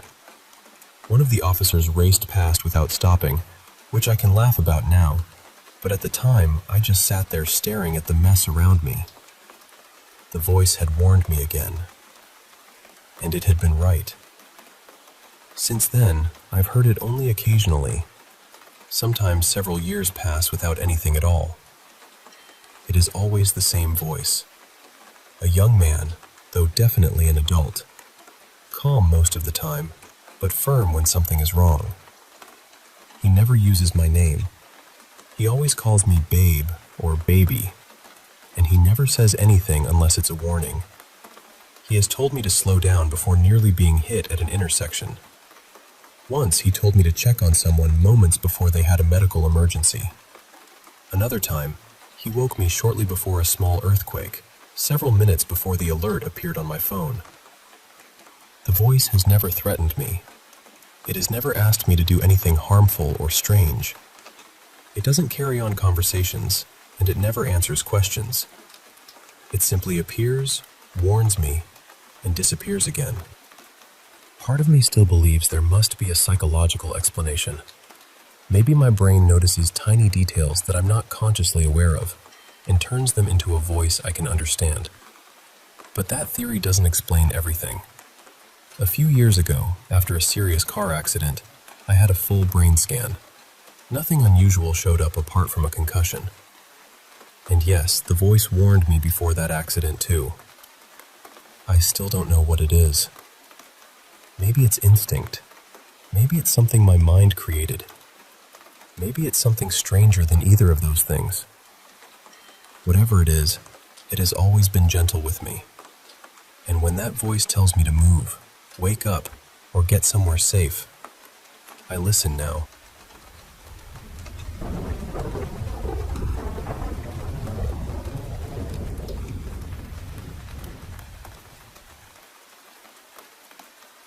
Mostly, I don't tell people this story because I know exactly how it sounds. I work the overnight shift in an old office building downtown. There's a rumor that the place was built on the site of a former hospital morgue. I've never looked into whether that's true. Honestly, I think I'd rather not know. Old buildings always collect stories. The strange thing is, nearly everyone who works there has one. A woman from accounting once told me she saw a man standing at the far end of the third-floor corridor after everyone had gone home. She called out to him, thinking he was an employee, but he walked around the corner and simply vanished. Another coworker swears he heard someone climbing the main staircase after he had already locked every entrance. And one of the janitors refuses to enter the storage level alone. He won't explain why. He just waits until someone can go with him. I used to dismiss all of it, not because I thought they were lying. I just believed there was always a reasonable explanation. Old pipes knock, air vents groan, fluorescent lights flicker. When you spend enough time alone at night, your mind starts turning ordinary sounds into footsteps and shadows into people. Besides, no one spent more time alone in that building than I did. I figured that if something unusual was really there, I would have encountered it already. For nearly a year, I didn't. My shifts followed the same routine. At around 11, I would lock the front doors, walk through each office, check the restrooms, and look through the lobby windows at the parking lot. My car was usually the only one left outside. Then I would return to my desk and work while the building settled around me. The ceiling lights buzzed softly. The vents hummed. Pipes clicked behind the walls. Sometimes I would get chills for no obvious reason. Sometimes the conference room felt colder than the rest of the floor. But nothing ever happened that I couldn't explain. Then, a few weeks ago, something changed. It was close to Monday. I had just completed my final walkthrough. The doors were locked. The offices were empty. The restrooms were empty. There were no cars in the parking lot except mine. I know I was alone. I sat at my desk and opened a report I had been putting off all evening. That was when I heard the chime. Just one soft beep. There's a motion sensor at the entrance to the main stairwell. Whenever someone steps through the doorway, it makes a short electronic sound. I looked down the hallway and waited. Normally, the beep would be followed by footsteps. But there was nothing. I waited a few more seconds. Still nothing. At first, I was more irritated than frightened. I assumed the sensor was malfunctioning, so I got up to check it. The stairwell was empty. So was the hallway. I checked the front entrance. It was still locked. I even stepped outside and scanned the parking lot. No people. No moving cars. Nothing. I checked the restrooms again, although I already knew there was nobody inside. Then I returned to my office. The moment I sat down, the entire building became silent. Not peaceful silence. An unnatural kind of silence. The vents stopped humming. The lights stopped buzzing. Even the small creaks inside the walls disappeared.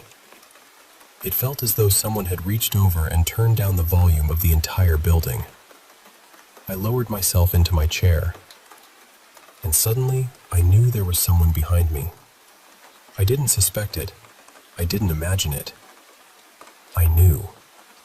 Every part of my body was warning me that someone was standing directly behind my chair. They felt close enough to read the words on my monitor. Close enough that if I leaned back even slightly, I would touch them. I couldn't hear breathing. I couldn't see a shadow, but I could feel the presence there. My monitor was dark around the edges, and I could make out a faint reflection of the wall behind me. There was nothing in it. I wanted to turn around. I couldn't make myself do it. I was completely certain that if I looked, I would find a face waiting just inches from mine. So I kept staring at the screen. I pretended to work. I read the same line again and again without understanding a word.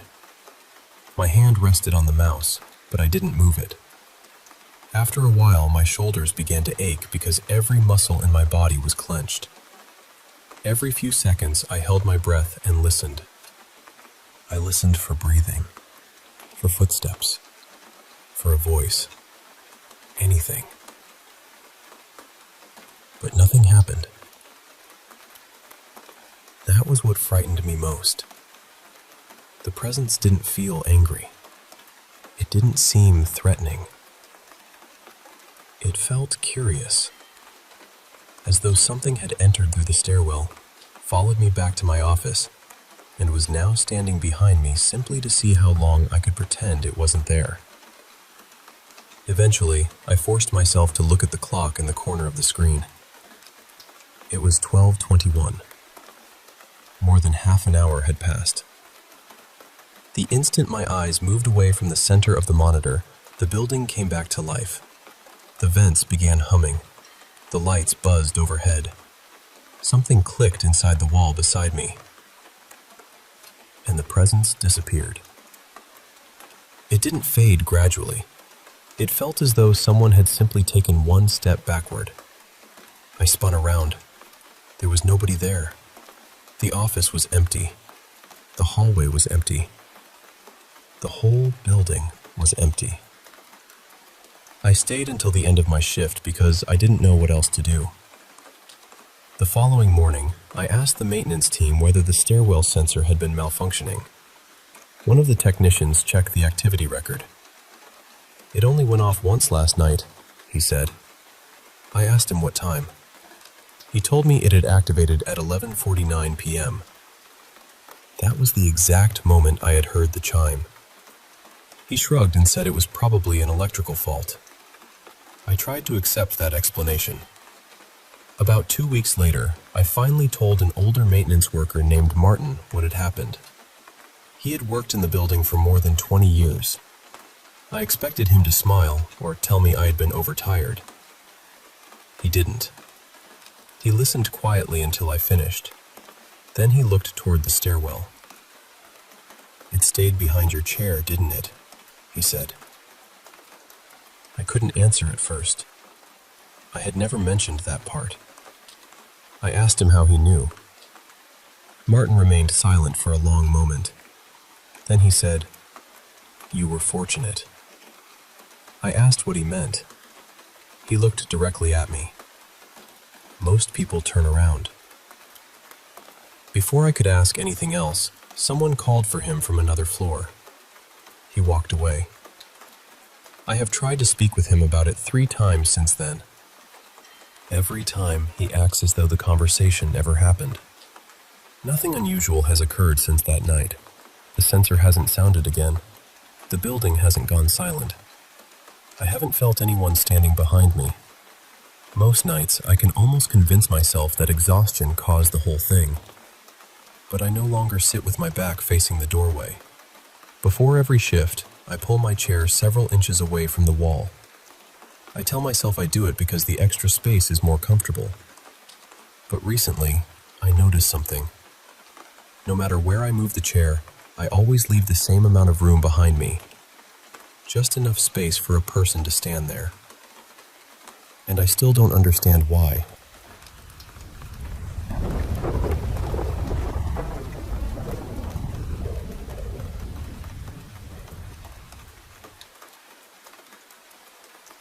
I remember it started as a completely ordinary night. I had stayed up way too late finishing some assignments, and by the time I finally got into bed, it was around 2 in the morning.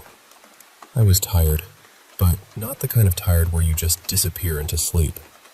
It was that restless kind, where your body wants to shut down, but your mind keeps pacing around like it forgot something. Then, sometime around 3, I woke up to the sound of pigeons outside my window. I know the time because there's a clock hanging right across from my bed. It's one of the first things I see whenever I open my eyes. I remember staring at it, feeling annoyed and uneasy, because I already knew falling back asleep was going to be difficult. My room has a window right behind my bed.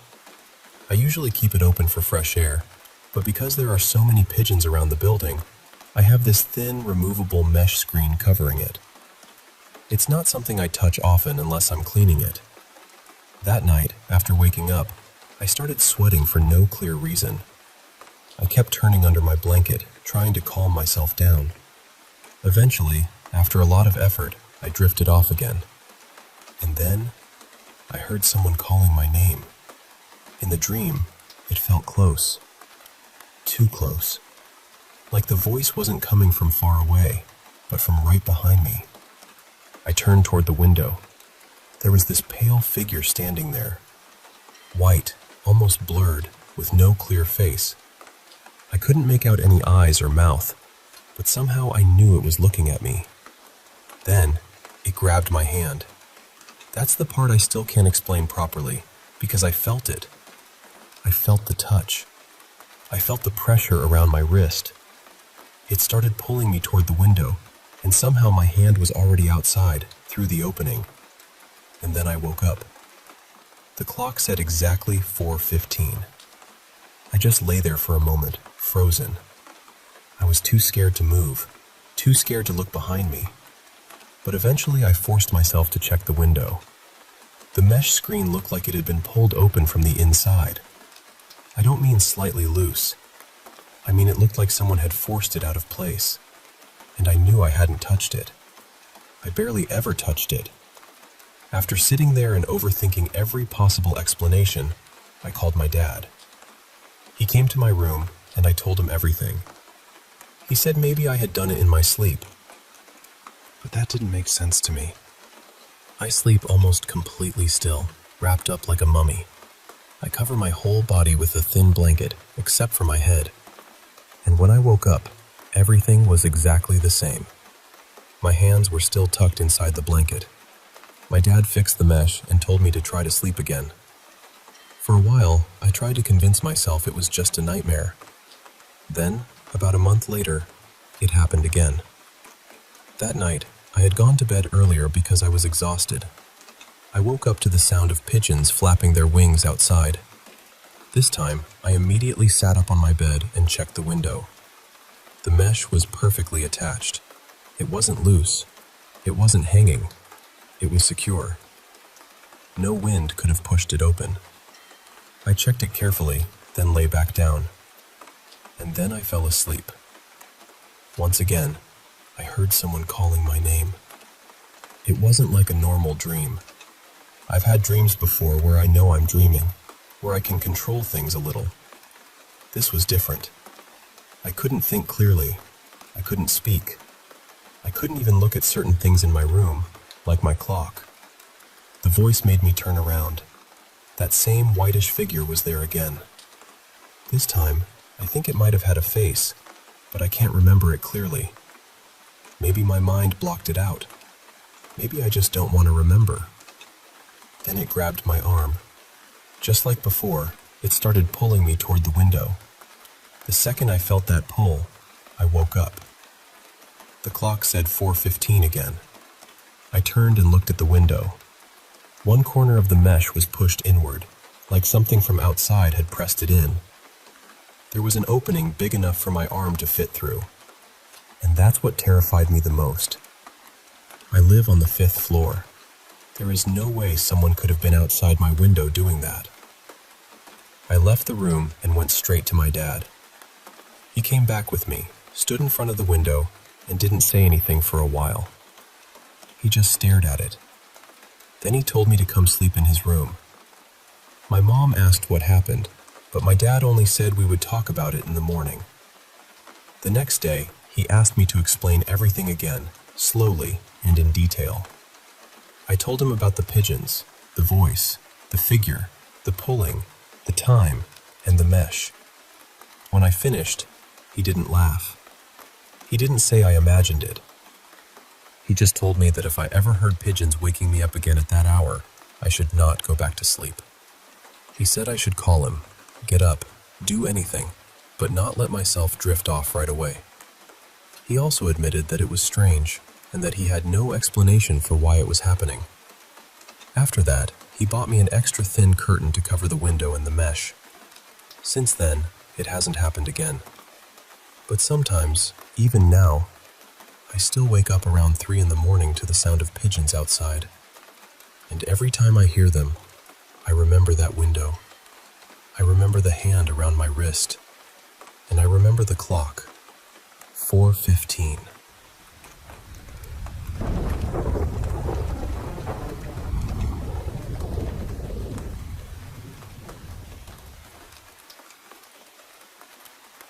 never used to be the kind of person who truly believed in ghosts. I mean, if someone asked me, I'd usually say, yeah, maybe. Because honestly, why not? The world is strange enough. But deep down, I didn't really believe there were spirits wandering around houses or anything like that. I believed it was possible, sure, but not something I expected to actually happen to me. And then I stayed at my Nana's house. Her place isn't some crumbling old manor with vines crawling up the windows. It's actually pretty modern, just really big. Big enough that when family came down to visit, all 10 of us could fit without it feeling too cramped. There were babies, cousins, my aunt, everyone. Nana was happy to have the house full, but there still weren't enough beds, so I ended up sleeping on an air mattress in the living room. This all started a few nights ago, on May 24th, 2026. That night, I was lying there with the fan on because the room was warm, watching TV sometime around midnight, or maybe closer to 1 in the morning.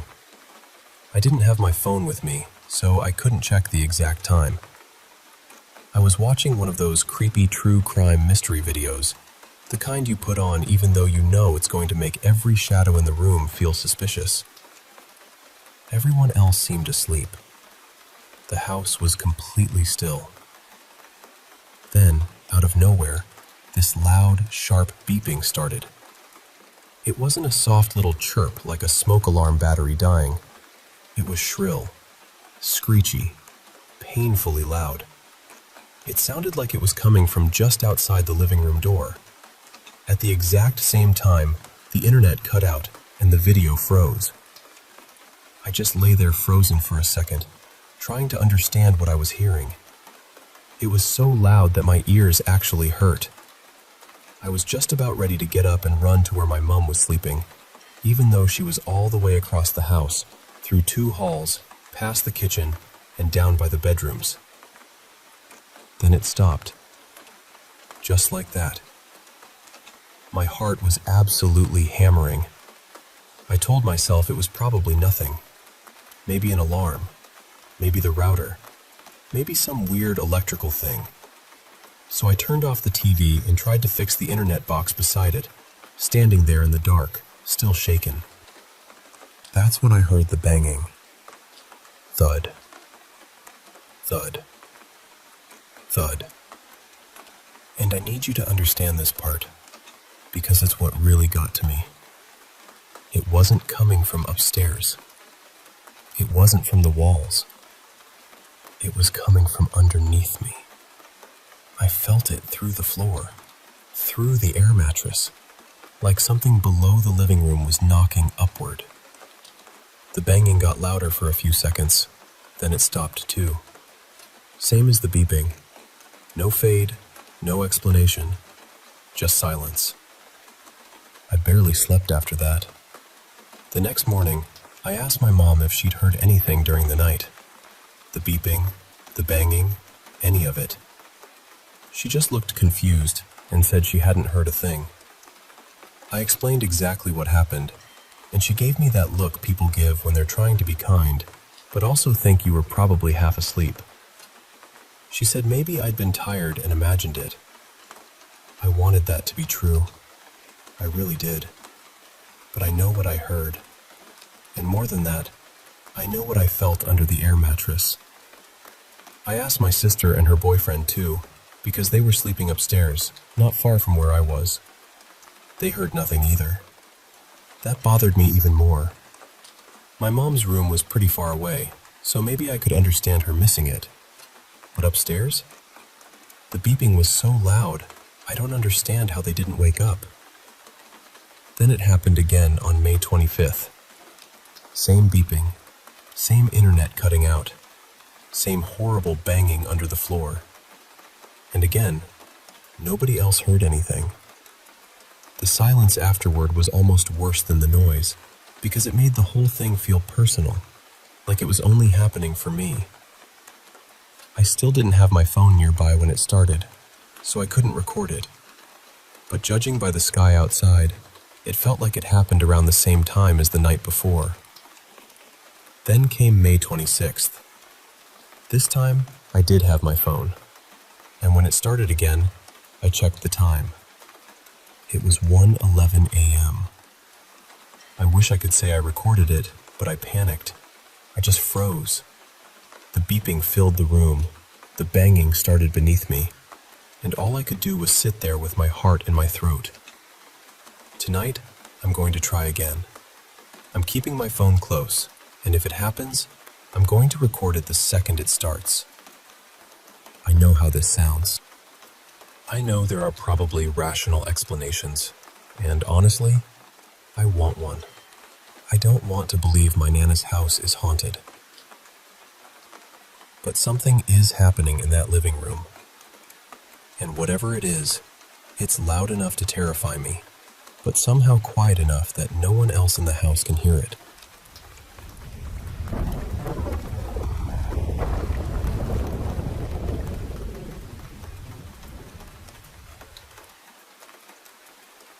So this happened back in the late 2000s in downtown San Diego.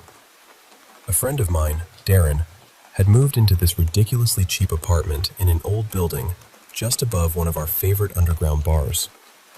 The place was called O'Malley's, mostly because the guy who owned the bar also owned the apartments upstairs, and everybody just treated the whole building like one strange, creaky little kingdom. The building itself was old, maybe 4 stories, built sometime in the 1930s, tucked not too far from Golden Hill. And the thing about it was, people said that back in the 60s and 70s, it had been kind of a crash pad for addicts, drifters, and people who had nowhere else to go. Over the years, a lot of people had died in those rooms. So, naturally, everybody said the place was haunted. And honestly, I believe it was. I stayed over there a lot back then. We were all in our late 20s, still living that half-broke, half-wild city life. At first, the strange stuff was small enough that you could almost talk yourself out of it. Doors would slam when there was no draft. Lights would flick on and off right in front of me. I remember turning off the bathroom light, stepping back, and watching the switch click itself right back up. Not a soft little wiggle either, a full, deliberate click. Then there were the footsteps. You would hear what sounded like a whole crowd pounding down the hallway outside the apartment. Heavy feet, fast, like people rushing the stairs. I would yank the door open, expecting to see somebody, anybody, but the hall would be empty. And the way the stairs were set up, if actual people had been running past, I would have seen them turning the corner or heading down to the next floor. But there was never anyone there. That kind of thing happened all the time. The moment that really stayed with me, though, happened one afternoon when I was there by myself.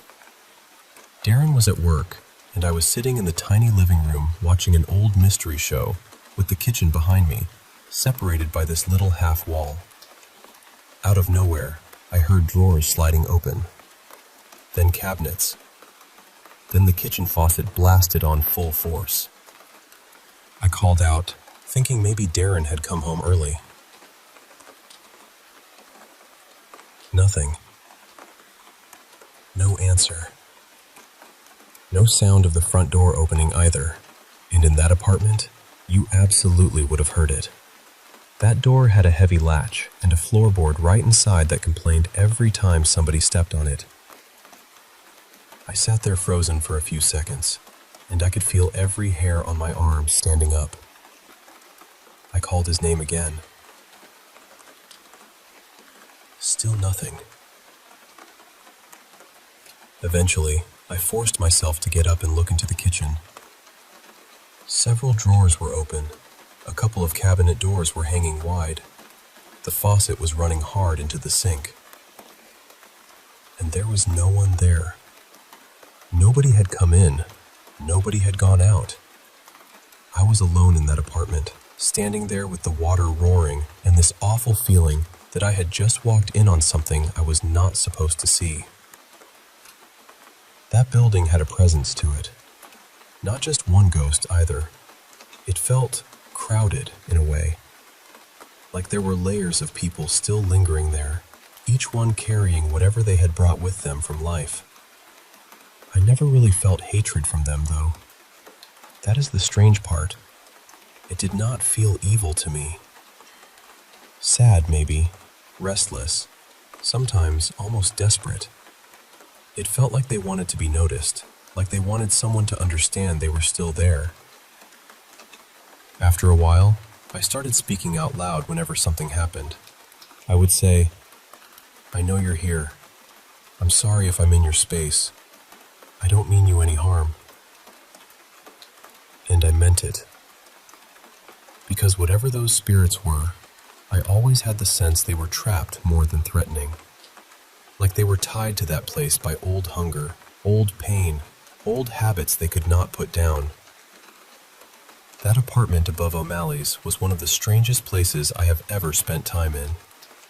I do not expect everyone to believe it, but I know what I heard. I know what I saw. And I know I was not alone up there.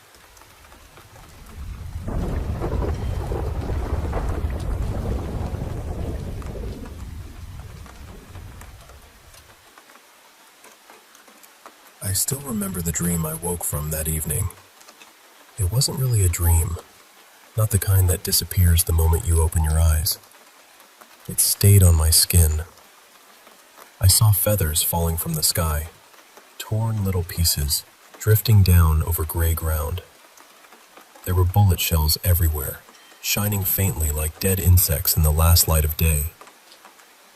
Then I woke up. The ceiling fan was turning above me, slow and tired, as if even it had lost interest in going in circles. I looked at the clock. 4:30 in the afternoon. That meant I had 6 hours before the park. 6 hours before 10:40. My name is Kamalish. Years ago, people used to call me a detective. Not in the grand way. I was never famous. But people remembered me. They lowered their voices when they said my name, as if intelligence itself required whispering. "You're a clever man, Kamalish." I heard that sentence often back then. Now it sounded like something left behind in an old room. I was almost 60, and by then I had learned one uncomfortable truth about life. Sometimes we do not become what we love. Sometimes we become what we failed to finish. I went to the bathroom, splashed water on my face, and looked at myself in the mirror. "So tell me, Detective Kamalish," I said softly, "after all these years, what exactly did you solve?" The answer was nothing I wanted to hear. I had come close many times, painfully close, but truth had always stopped just before my hand reached it. On my refrigerator, there was an old sticker of a hippopotamus with its mouth wide open. A tiny butterfly sat on its nose. The hippo could crush it in a second, but I had always believed the butterfly would escape just in time. That was detection, I thought. Not brilliance, not courage. Timing. Knowing when to stay still. Knowing when to fly. I drank some cold water and looked at the newspapers spread across my table. Again, the headlines belonged to the park killer. 5 people dead, all homeless.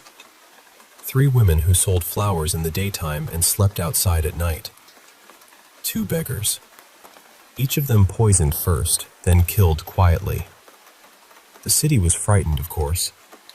Television anchors shouted. Politicians demanded action. Everyone suddenly cared about danger. But nobody had cared about the people while they were alive. Then the doorbell rang. 1 firm press. 1 weak second touch. Inspector Saniel. Nobody else rang a bell as if he were interrogating it.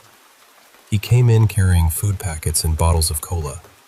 He looked older than the last time I had seen him properly. His hair had retreated, his stomach had advanced, and his face carried the permanent irritation of a man who believed the world owed him obedience. "At your age," I told him, "you should be drinking whiskey, not cola." He dropped onto the sofa. "There's pressure from every side," he said. "You have to help me." I looked at him for a moment. "I don't fully understand the murders yet," I said. "But someone wants the city afraid. That much is clear." And just like that, another case came back to me. 20 years earlier. Back then, Samuel was a young police officer, and I was trying to become a great detective. We still believed truth could win if you chased it hard enough. That was the year women from the red light district started dying. Each one was found with a bullet wound on the forehead and a white rose placed in her hand. The newspapers gave the killer a name: the White Rose Butcher. I had nearly solved it. A wealthy old man, bitter and dying, had lost his son to illness. Grief had turned inside him and become hatred. He blamed sex workers. He hunted them. He arranged their deaths like rituals. I found patterns. I found motives. I found enough pieces to build the shape of the truth. And then the system arrived. Evidence disappeared. Witnesses forgot what they had said. Senior officers grew quiet in the wrong way. In the end, the police arrested a mentally unstable truck driver. A week later, he was found hanging in prison. Officially, suicide. Unofficially, convenience. The rich old man died soon after, supposedly from a fall. The killing stopped. The police congratulated themselves. The file slept. But old files do not really sleep. They breathe under the floorboards. Samuel sat across from me that evening, staring at my aquarium. One small golden fish kept circling a plastic soldier holding a tiny rifle. Round and round. History has a nasty habit of doing that. Then Samuel said something strange. Tiona blocked me. I looked at him. Tiona Rai, journalist. My former wife. There are names that do not enter a room quietly. Hers still struck furniture inside me. Samuel said they had argued online. She had criticized the police. He had tried to explain pressure, manpower, politics. Then she blocked him. I did not ask why he was telling me this. Some questions are snakes. Better not touch them unless you are ready for teeth. Tiona had once believed in me. Or perhaps she had believed in the version of me I advertised. We married young enough to mistake hunger for destiny. Later, she left for Mumbai with another journalist named Arindam, and the person who introduced them was Samuel. That evening, I lit a cigarette and stared at the smoke. On the 7th page of the newspaper, small headlines described other deaths. Lovers killing lovers, husbands poisoning wives, wives stabbing husbands, people destroying the very hands they once held. And I suddenly remembered something the falsely accused truck driver had told me 20 years ago. People are frightened creatures, he said. That is why they hide inside shells. Tiona had once said something similar, though more gently. Happiness is like a glass of water, she told me during a rainstorm. Clear for a moment, then life throws it into a washing machine. I used to laugh at lines like that. Now I understood them. Life is brief, terribly brief. We barely have time to love each other properly. So where do we find the time to kill? Samuel leaned forward then, impatient. You're getting old, Kamalish, he said. You've lost your sharpness. Why is this taking so long? Outside, birds were crossing the evening sky. The clouds had turned blue and copper and silver, stitched together by fading light. For one moment, I wanted to leave everything and simply watch the sky. But Samuel was still speaking. At least tell me how we proceed. I said, the motive is the key. Why kill people who own nothing, threaten nobody, and will not be missed by anyone powerful? Find that answer, and the rest begins to crack. Samuel smiled bitterly. It's always the weak who die first. 2 hours later, he left. 30 minutes after that, I took my revolver from the drawer. For 3 days, handwritten notes had been appearing in my old mailbox. Nobody used that mailbox anymore, which made the notes feel even more personal. The first said, "You came alone. You will leave alone, but words remain." The second said, "Meet me." The third said, "Come to the park at 10:40 p.m. That time mattered. 20 years earlier, the White Rose killings had also happened between 10 and 10:40 at night. Only the hunting ground had changed. Then it had been brothels, empty roads, and dark alleys. Now it was parks. I walked through the city slowly. In a small town, 10 at night already feels like midnight. Add a serial killer, and silence becomes a locked door. 2 stray dogs slept beneath a yellow street lamp. The park gate opened with a tired creak. No police. That was strange. A patrol jeep passed nearby without stopping. And then I knew. Someone was behind me. Not close. Not far. Just near enough for the air to change. Then I smelled perfume. Old perfume. The same kind I remembered from the body of the first woman killed 20 years ago. For some reason, I felt unbearably tired. Not frightened. Just tired. Then the rope came around my throat. It tightened so fast I had no time to reach my gun. I fell backward, choking, dragged across the ground like an animal. The perfume grew stronger. Through my blurred vision, I saw a figure in black cloth. Then someone struck him from the side. Hard. The attacker stumbled. Before he could run, men came out from the darkness. Plain clothes. Detective branch. Armed and ready. I got to my feet slowly, coughing, breathing like my lungs had been dragged over gravel. Then I looked at the masked man. "It's over, Samuel," I said. No one moved. The mask was pulled away. And there he was, Inspector Samuel. 20 years earlier, his uncle Merganka had been involved in the White Rose murders. That much I had known. But Samuel had done more than protect the family name. He had buried evidence, shifted blame, fed the department a convenient monster because dead women from the margins were easy to forget. But guilt does not always die. Sometimes it ferments. Sometimes it learns new habits. "You arranged the patrols," I told him. "You made sure certain parks were empty at certain times. You created fear, then walked through it wearing authority like a coat." One of the younger officers asked me, very quietly, "Sir, how did you know?" I looked up at the moon. "I'm not sure I knew," I said. "Not at first. Maybe I only kept walking until the truth got tired of hiding." But even as I said it, another memory returned. The first woman from 20 years ago. Her room had been full of scraps of paper, little handwritten fragments, symbols, half-finished sentences, and the rose in her hand had not been perfectly white. There had been a dark stain near the stem. Black paint. The same color as my old mailbox. That was when the final thought came to me. A colder thought. What if the old case had never been one case? What if the first murder had been committed by someone else? What if Merganka had copied it afterward? I turned back to Samuel. "So tell me," I whispered, "was your uncle really the first killer?" The wind moved through the park. Above us, birds crossed the moonlit sky, small and silent, like torn pieces of memory still trying to find their way home. And for the first time in 20 years, Inspector Samuel looked truly afraid.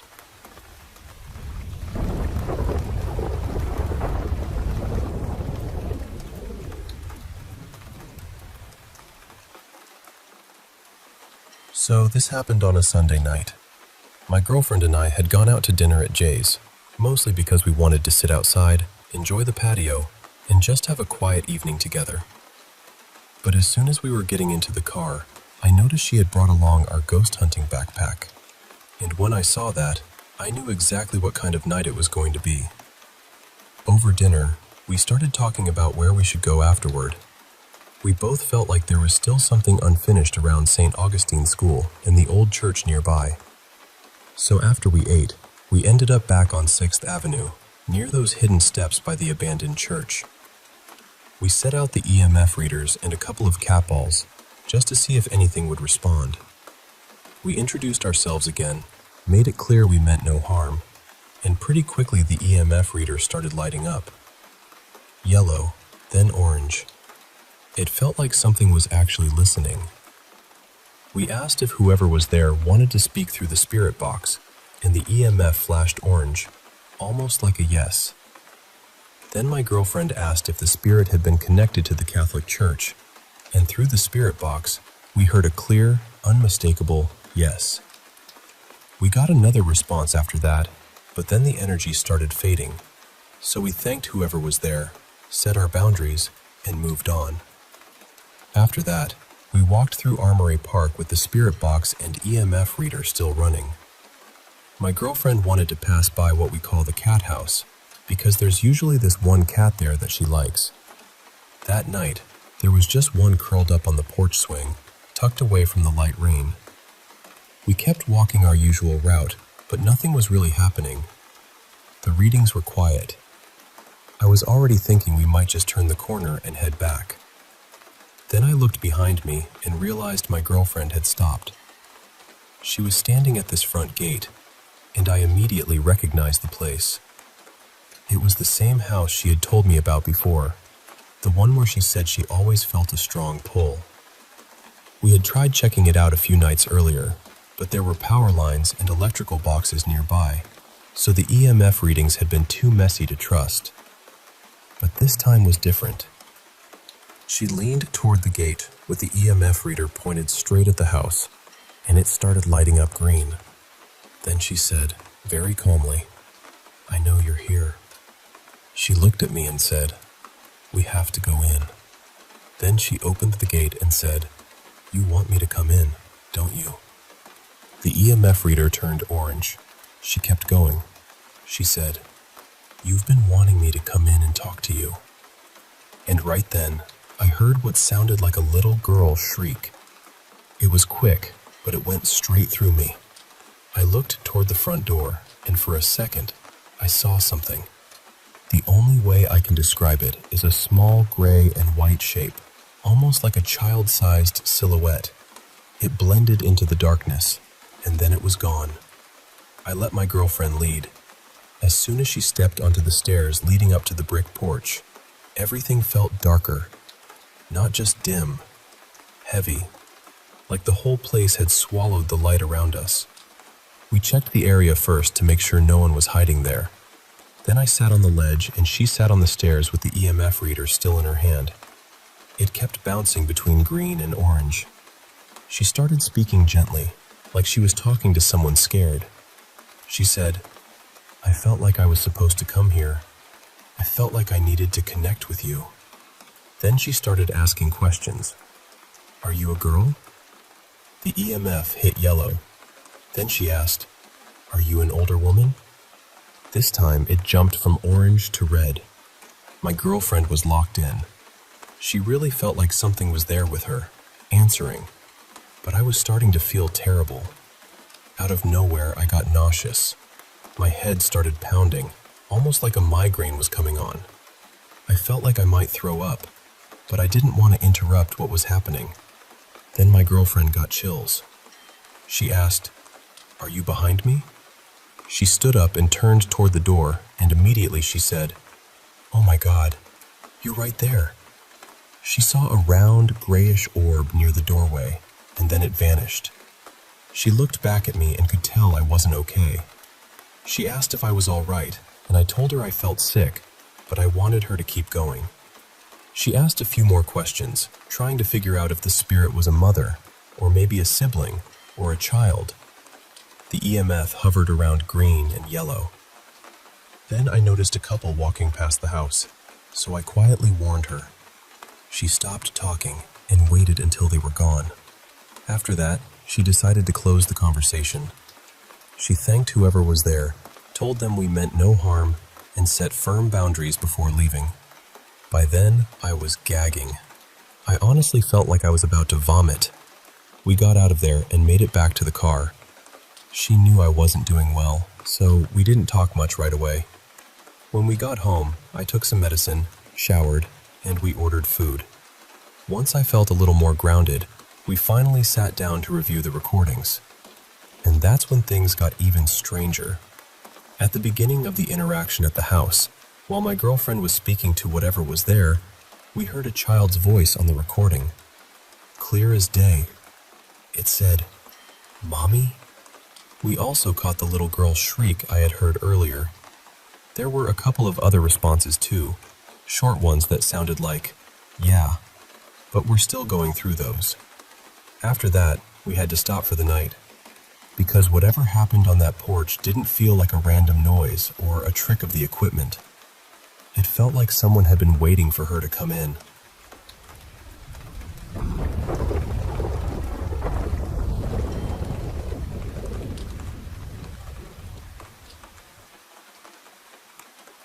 Let me tell you a story I've always found both strange and fascinating. In old Thai folklore, people spoke of a creature called the Sua Sameng, a were-tiger, and there were said to be two kinds. The first was a real tiger of the forest, one that had grown old, cunning, and dangerous. After taking many human lives, people believed a dark spirit could enter it, giving it an almost human awareness. But the second kind was even more unsettling. This was not a tiger becoming something more human. It was a human being becoming a tiger. According to old beliefs, a person who studied forbidden magic could learn the art of changing form. With the right spell, the right ritual, or even a sacred oil, he could turn his body into that of a tiger and roam the deep forest as something no longer fully man. Now, this was not only a village tale whispered beside cooking fires. One account was connected to the royal journey of King Chulalongkorn during his visit to Chanthaburi in 1876. At that time, Chanthaburi was surrounded by thick, shadowy forest. Wild animals were everywhere: deer, elephants, and especially tigers. There were so many tigers that the governor had the constant duty of protecting villagers from attacks. And these were not distant threats. People said tigers sometimes came right into homes and dragged people away. The fear became so heavy that villagers were afraid to work, travel, or even move about freely. So the governor gathered skilled forest men and gave them firearms. Others built tiger traps. A serious hunt began, and many tigers were killed or driven far back into the wilderness. For a little while, people could breathe again. But then another fear rose up. Rumors spread that a Sua Sameng, a were-tiger, had appeared in the district. The story said that in the Khmer lands, there had been a master of occult magic who made a special oil of transformation. 3 of his students secretly used it on themselves and changed into tiger form. They wandered into Chanthaburi, and one of them became especially savage, killing several people in nearby areas. The master followed after them and warned the villagers. He told them that if they met one of these tiger men, they should strike it with a carrying pole or cover its footprints with a coconut shell. That, he said, might force it back into human form. But there was one terrible condition. If the tiger had already tasted human flesh, then it could no longer return. Something inside it had crossed a line. The man was lost, and only the beast remained. Now, even the king himself seemed unsure whether these stories were true. He recorded them, but you can feel a little skepticism in his words, almost as if he was saying, "This is what people believe, but who can say what really happened?" And there was another story from Satahip. The king once sent soldiers to fetch fresh water from a pond a short distance inland. Local people warned them not to go because a were-tiger had been seen nearby. They said a monk, who was supposedly the creature's master, had followed it through the night and was sitting beneath a sugar palm near the pond, waiting for a chance to turn his student back into a man. The soldiers were frightened enough to return and report what they had heard. The king wanted to see this monk for himself, but it was already late. By morning, the monk had vanished. And as for whether the tiger had eaten him or not, no one could say. That is what makes these old stories so haunting to me. They stand right at the edge between history and legend. There are royal records, real places, real fears, And yet at the center of it all is something wild and impossible. Maybe the were-tiger was only a way for people to explain the terror of man-eating tigers. Or maybe, in those deep forests of Chantaburi, people truly believed that some men could surrender themselves to darkness and walk the earth in another skin. Either way, the story of the Sua Sameng still lingers, half in the jungle, half in the human heart.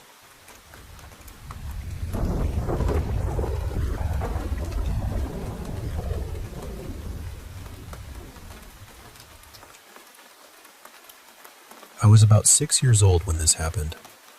I'm in my 30s now, and even after all this time, I can still picture it so clearly. My mom had been taken into the local hospital because she was unwell, and she ended up staying there for a few days. On one of those visits, my uncle drove my dad, my grandmother, and me to see her. When we got there, visiting hours hadn't started yet, so my dad went off to get us something to eat. My gran stayed with me in the waiting area. That's where we met him. There was an older man sitting nearby, with a pair of crutches resting against the bench beside him. He was warm, funny, and easy to talk to. Even as a little kid, I remember liking him straight away. My gran seemed to like him too. She spoke with him for a while, really properly spoke with him, the way adults do when they somehow fall into a conversation that feels like it was waiting for them. He told us he was there visiting his wife. The thing I remember most, apart from how kind he seemed, was that every so often he would reach for his crutches and force himself up. It clearly hurt him. You could see it in his face and in the way his body moved. But still, every 10 minutes or so, he made himself stand and shuffle around a little, as though he had to keep moving. The next day we went back to the hospital. I ended up in the same waiting area again, sitting in almost the exact same place, with my gran beside me. And the old man was there again. But this time, everything was different. He wasn't sitting down. He was standing, propped on his crutches, but he didn't seem to be in pain anymore. There was no strain in him, no discomfort. And around him was this beautiful golden light. I don't mean a little glow from a window or a reflection from the floor. I mean he looked as if he was wrapped in it. It stretched around him, soft and bright, almost like a shining outline. It made him look peaceful, almost regal. And he was staring right at me. I remember asking him, completely randomly, whether he had a Sega Mega Drive. I was 6, so that felt like a perfectly normal thing to ask an old man in a hospital waiting room. My gran didn't look at him. She didn't answer him. She just looked at me and said something like, "Your game? No, love, we couldn't bring that with us. This is the hospital."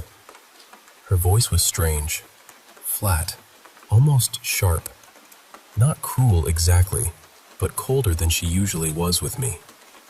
The old man spoke to her then. I can't remember the exact words, only that he was trying to make conversation. She ignored him completely. That confused me more than anything. The day before, she had been happily chatting away to him. Now she was acting like he wasn't there at all. I looked at her, waiting for her to acknowledge him, waiting for her to laugh or answer or say something that proved we were all seeing the same thing. But she didn't. He just stood there, leaning on his crutches, looking almost hurt by it.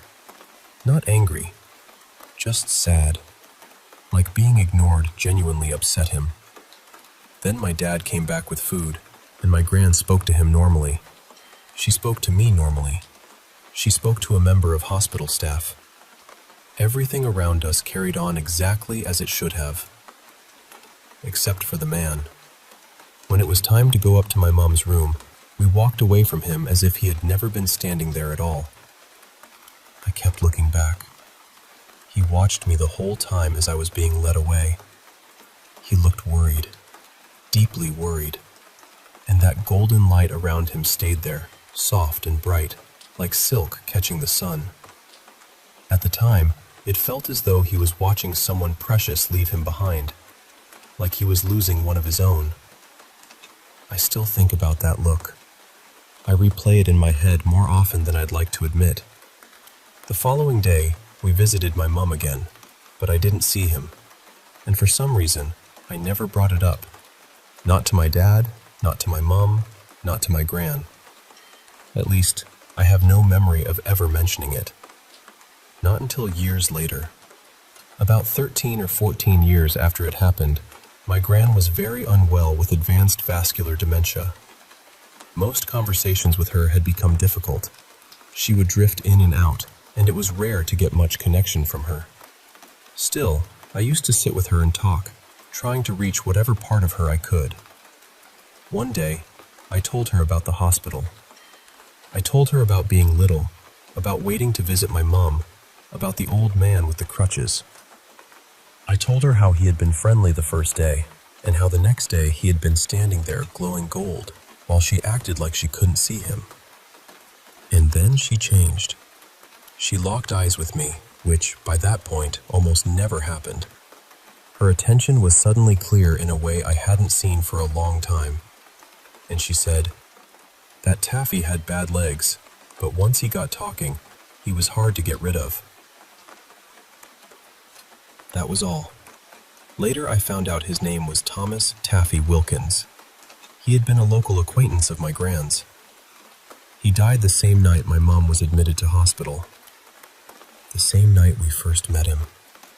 He had gone home after visiting his wife, had a bad fall, and died there. His wife remained on the same ward as my mother for the next few days. And all these years later, I still don't know what I saw in that waiting room.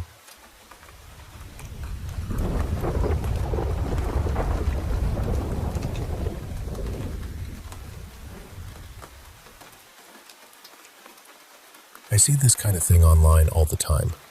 Someone grabs a camera, a flashlight, maybe one of those little blinking gadgets, and heads off to investigate the haunted, abandoned place in town. An old school, a closed hospital, a burned-out house, a factory that hasn't made anything but dust in 30 years. Where I grew up, the spot was an old train station. It used to be a big deal for local ghost hunters. People posted pictures and videos all over the forums, claiming they'd caught shadow figures, ghost children, whispers from the dark, all of that. And I get why the place had a reputation. It was huge, echoey, half-rotted, and sitting in one of the roughest parts of town. The kind of building that already feels like it's holding its breath before you even step inside. But honestly, a lot of those shadow people probably weren't ghosts at all. They were probably people with nowhere else to sleep. And I'm not saying that to mock anyone who believes in ghosts. That's not really the point. I'm also not here to judge people who are unhoused. They're human beings. Everyone deserves a safe, quiet place to rest. Just imagine it for a second. You've lost your home. You're exhausted, cold, maybe scared. And you find shelter in this old train station because it's the only place you can get out of the wind for a while. You finally find a corner where you might be able to close your eyes. Then, out of nowhere, some guy bursts in with a flashlight bright enough to peel paint off the walls, a camera in your face, and a bunch of noisy equipment. He starts yelling, "Is anyone here? Can you tell me your name? How did you die?" And you're just lying there thinking, "I'm not dead. I'm trying to sleep." Then the light swings toward you, and of course you get up and try to move away. Anyone would. But now he sees your shadow on the wall and thinks he's caught evidence of a spirit. So he either starts chasing you, screaming, or runs away screaming, and the whole thing ends up online. Meanwhile, you've had to leave the only shelter you had for the night. Or you spend hours hiding from people who came there for entertainment and left thinking they had a paranormal experience. And now think about this part. A lot of people experiencing homelessness are young. Some are teenagers. Some are children. So picture being a kid with nowhere safe to go, curled up in some freezing old building, and then a grown adult comes stomping through the dark, shouting questions at the dead, shining lights around, and maybe chasing after you because he thinks you're a ghost. That's not spooky. That's heartbreaking. So I really think we should leave abandoned places alone. Ghost hunt in places where people live, work, visit, or have actually agreed to let that happen. Places with permission. Places with rules. Places where you aren't accidentally terrifying someone who already has enough to survive. And funny enough, once that old train station was cleaned up and turned into a farmer's market, the ghost evidence almost disappeared. The shadow figures stopped showing up. The ghost children vanished, which probably says more than people want to admit. And honestly, even if it had been ghosts the whole time, maybe the same rule still applies. If something is hiding in an abandoned place, ghost or not, maybe it just wants to be left alone.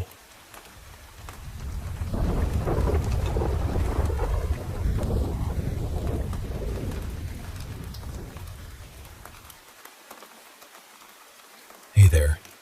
I want to share a story that's really close to my heart.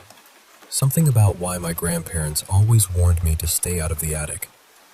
I grew up on a quiet farm, raised by my grandparents after my parents passed away in a tragic car accident. Life was simple. No TV, just me outside helping with chores, feeding animals, and tending crops. My grandparents sold what we grew and raised at the local market about half an hour away. They were gentle, loving folks who let me roam and explore freely, even giving me a phone when I turned 13. But there was one rule they never bent.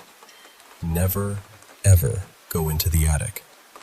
It was right above my bedroom, but I only caught a glimpse once when Grandpa went up there.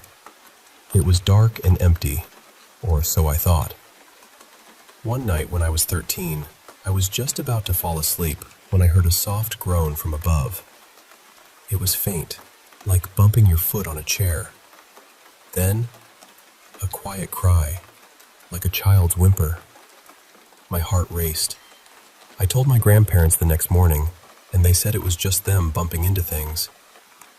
I didn't fully believe it, so that night I stayed up, waiting. Around 1 a.m., I heard it again. A low, painful groan turning into a man's cry. Frozen with fear, I eventually got up and shone my phone light toward the attic door.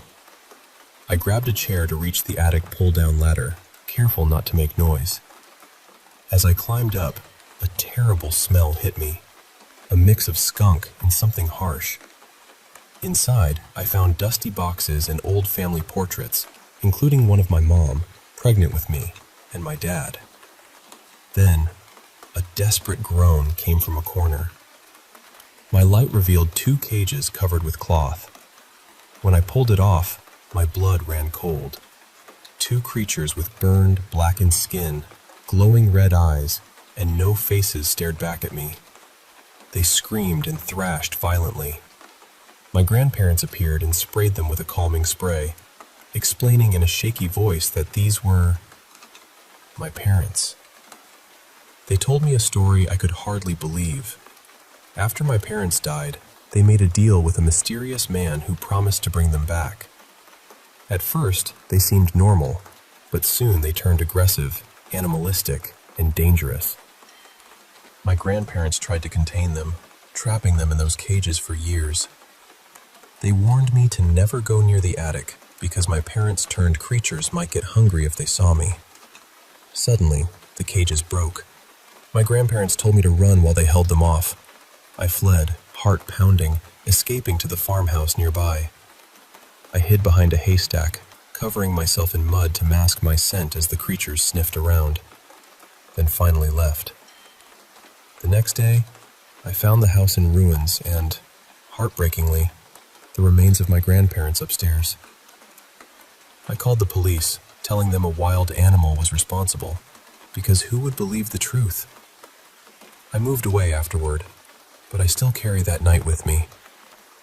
Recently, hearing about a child's terrible fate in the woods made me realize I had to share this. A warning to listen to those who protect you. Curiosity can lead to danger beyond imagination. The world holds darkness, and sometimes the monsters are closer than you think.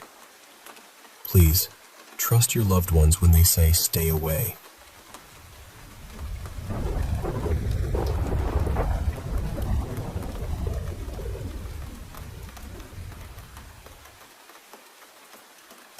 Hey, I want to share something personal with you. Something that's haunted me for years. It's about the woods near where I grew up and the terrifying presence that lives there. I hope by telling you this, it'll serve as a warning, because what I experienced was very real and very dangerous. So, I'm Liam. When I was a kid, my dad left us, and my mom decided to leave the city behind to start fresh. We moved to this tiny cabin deep in the Wisconsin woods when I was about 10. At first, I really hated it. Those woods? They scared me to death. Every time I looked out the window, I'd get this chill, like something was watching me from the shadows between the trees. It wasn't just a feeling. It was this deep, bone-chilling presence that never left me, not even as I got older. Walking to school through those endless, towering trees was the worst.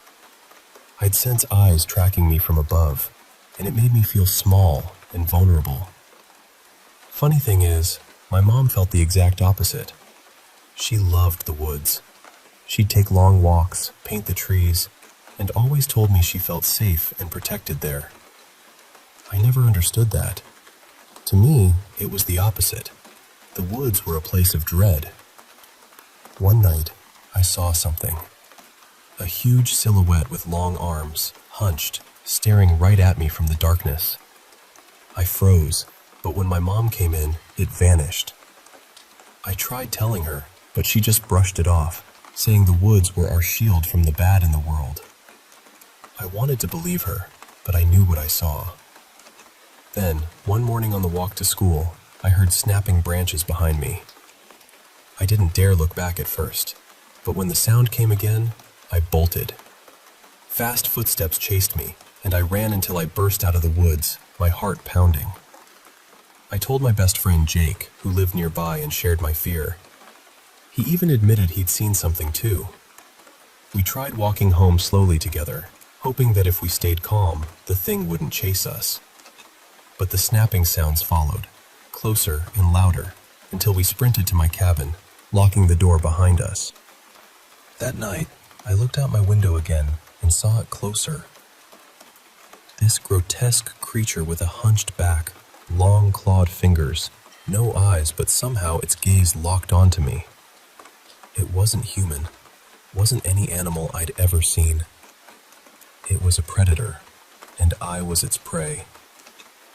The next day, the worst happened. Jake disappeared. His parents found his room empty. I was terrified, convinced the creature had taken him.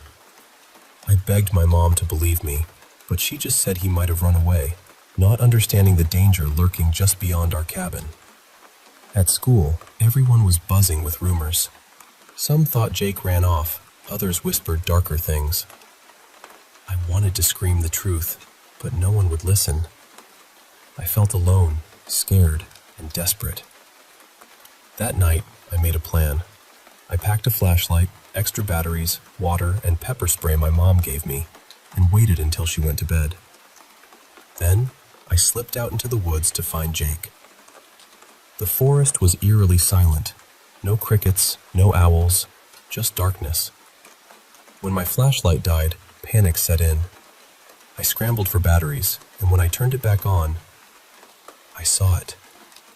The creature, right in front of me. Its skin was raw muscle, its mouth full of razor-sharp teeth, no eyes but a terrible grin. It grabbed me by the head and dragged me into a dark cave I'd never seen before. I was hung upside down, ropes binding my ankles. There, I saw Jake's orange shirt on the ground. The creature spoke in a deep, gruff voice, calling me food, telling me it had been watching me and that Jake had tasted wonderful. I asked what it was. It said it was an ancient being, almost extinct, ruling the woods for centuries, preying on anything that dared enter. It only hunted kids because they tasted the best. It had no eyes but tracked scent like a predator. Just as it was about to eat me, I managed to spray it with pepper spray. It shrieked and dropped me. I ran, heart pounding, until I burst out of the cave into the daylight. I ran straight home, where my mom was waiting, tears in her eyes. We moved away soon after, back to the city, to my aunt's place. Even now, I think about Jake and that creature. I tried telling my mom, but she never believed me. What terrifies me most is knowing there are still more of those things out there, lurking in the woods, waiting. So, please, if you're ever near a dark forest, especially at night, be careful. Listen to the silence. Watch the shadows. They're watching too, and they're hungry.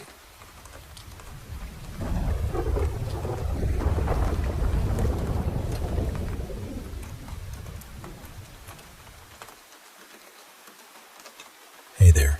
I want to share something that's been weighing on my heart for a long time. It's a story about how life can change in the blink of an eye, and how sometimes the things we love the most can turn into nightmares.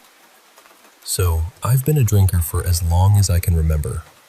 It started back in high school when my buddy Marco handed me a beer at a party during freshman year. From that moment, I was hooked. I won't lie, it was rough. Flunked almost all my classes, barely scraped by graduation.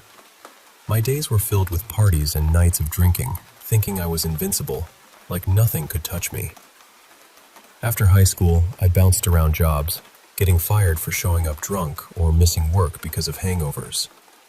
Eventually, I gave up trying to hold down a job and just holed up in my parents' basement, playing video games and drowning in beer.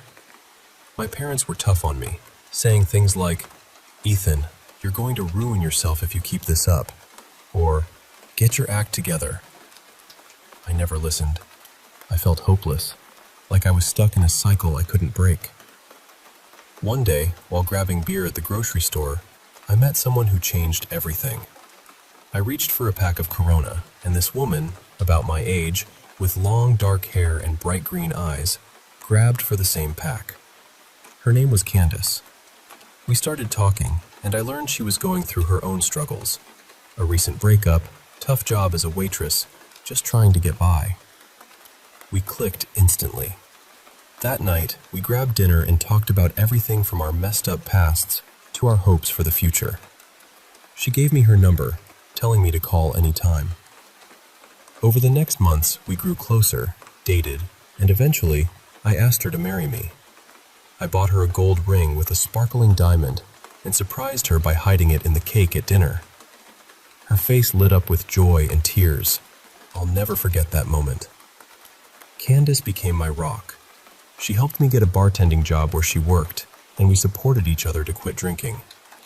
Life finally felt good, stable, hopeful. Then came the news that she was pregnant. We were over the moon, preparing a pink nursery for our baby girl, whom we planned to name Brielle. But as the due date neared, Candace got sick. Really sick. She was throwing up blood, passing out, and I was terrified. The day she went into labor, it was chaos. At the hospital, I waited, praying even though I'm not a religious man. Then a doctor came out and told me my worst nightmare. Candace didn't make it, and our baby was stillborn. I was shattered. The woman who saved me, who loved me, was gone. I couldn't breathe, couldn't think. I remember her last words to me before the hospital. "I love you." Those words echoed in my mind as I drove home, stopped at the store where we met, and bought pack after pack of beer. I drank like I never had before, trying to drown the pain. That night, after drinking until I passed out, I woke up to whispers calling my name. I found myself back at the hospital, alone in a dark hallway. Then I heard Candace's voice, telling me she was okay, and to come see our child. I ran to a room where she held our baby, but the sight was horrifying. Our daughter was covered in blood, her eyes missing. Candace's face was grotesquely distorted, her skin rotten and eyes black.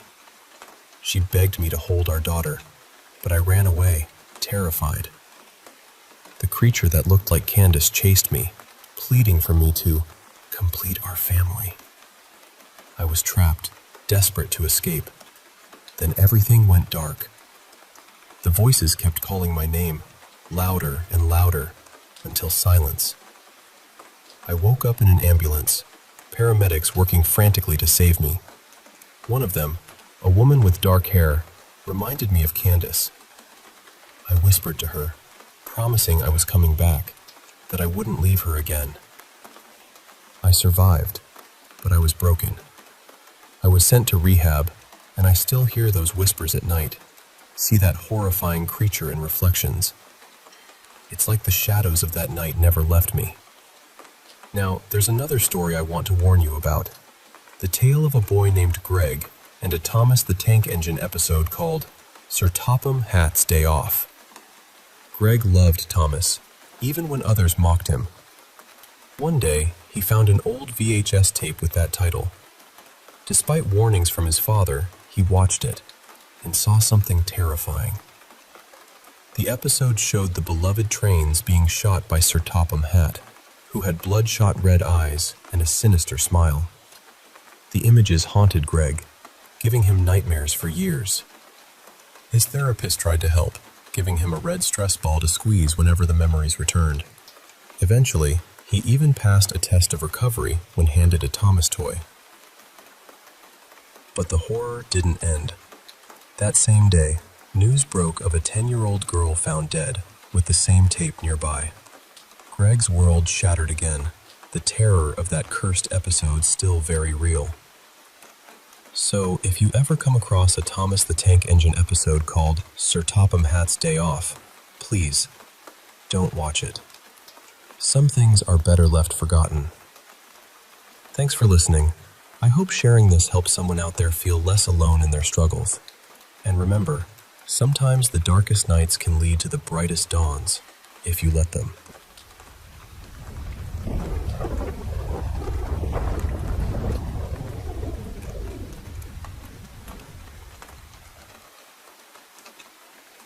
Hey, I want to share something really personal with you.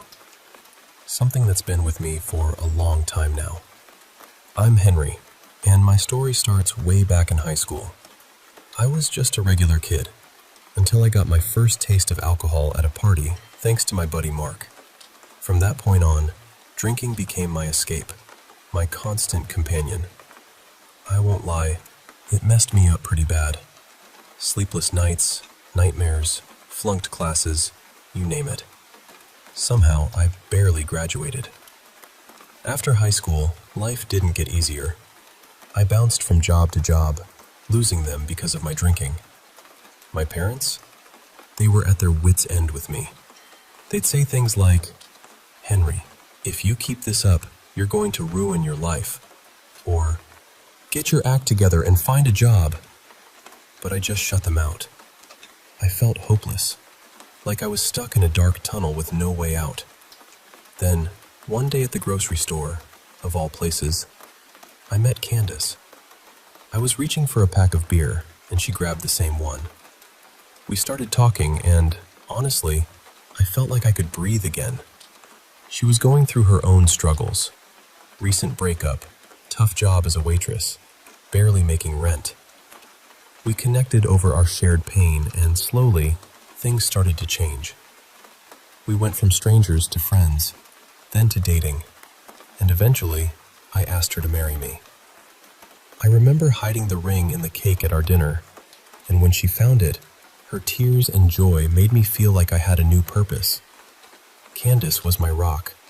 She helped me get a bartending job, supported me when my parents distanced themselves, and together, we fought our addictions.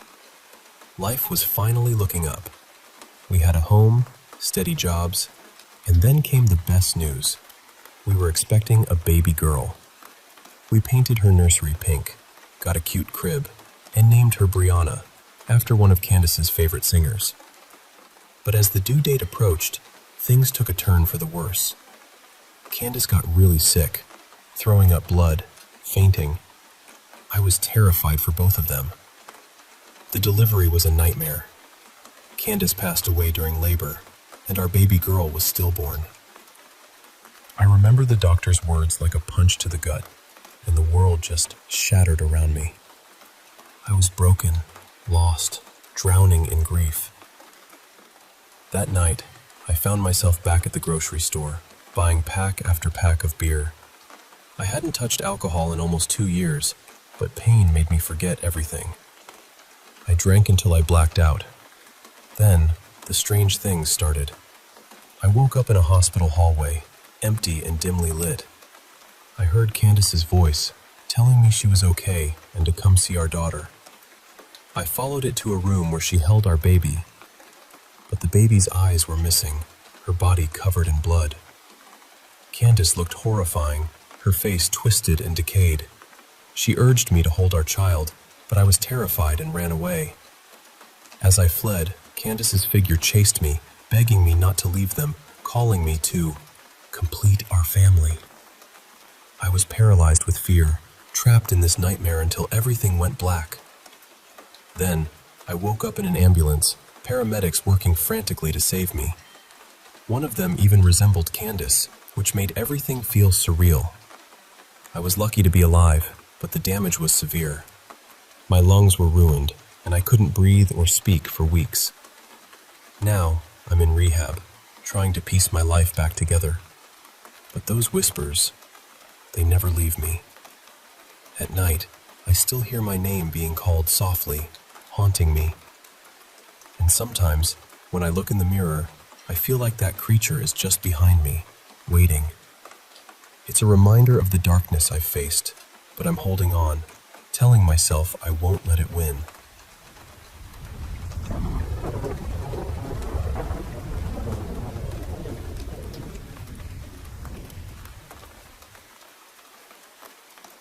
Hey, I want to share a story with you. Something that's been on my mind for a long time. It's about second chances, strange encounters, and a son unlike any other. I'm not one for drama, just a regular guy named Dave. I'm in my mid-30s, working construction, married to my wife Barbara, and we've had our struggles, especially when it came to having a child. Barbara and I wanted a baby so badly, but it just never happened. Watching friends start families while we faced disappointment was tough. Barbara held on to hope longer than I did, but after a while, we decided to try adoption. On the way to the adoption center, Barbara was quiet, tears quietly falling. Then, at the clinic, we met a man named Kyle. He called himself Lazarus. Tall, with striking green eyes, he seemed to know more about us than he should. He told us he was a servant of a higher power, not the God we knew, but someone else. He offered to help us have a child of our own, and despite my doubts, Barbara accepted a strange purple potion from him. She drank it, collapsed, but after some rest, the doctors confirmed she was pregnant. It was a miracle, but one wrapped in mystery. When our son was born, Lazarus showed up again, handing us a list of rules we had to follow. Rules that seemed bizarre and frightening, calling our son only by the name Lazarus, never looking at him while he ate, keeping him isolated from other kids, making sure he was in bed by 10 p.m., and some even darker, like keeping him chained outside on his 15th birthday. We followed the rules out of fear and hope, but as Lazarus grew, he changed. His mood darkened, he screamed at night, and one time Barbara saw his eyes glow yellow. The things we feared seemed real.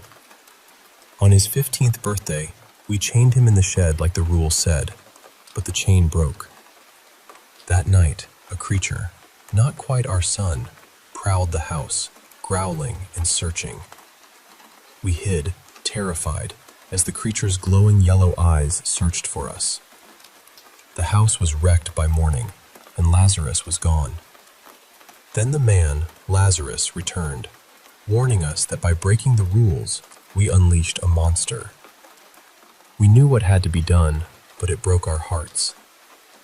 One night, when Lazarus came back, he seemed normal at first, but his eyes betrayed him, glowing yellow. Before we could react, he attacked Barbara. I barely escaped to the shed, locking the door behind me as the creature tried to break in. I held my shotgun, tears streaming down, knowing the fight ahead was terrifying. This story isn't just about horror or monsters. It's about choices, consequences, and the things we do for those we love. I wish I could say it ended differently, but sometimes the price of a miracle is higher than we expect. Thanks for listening to my story.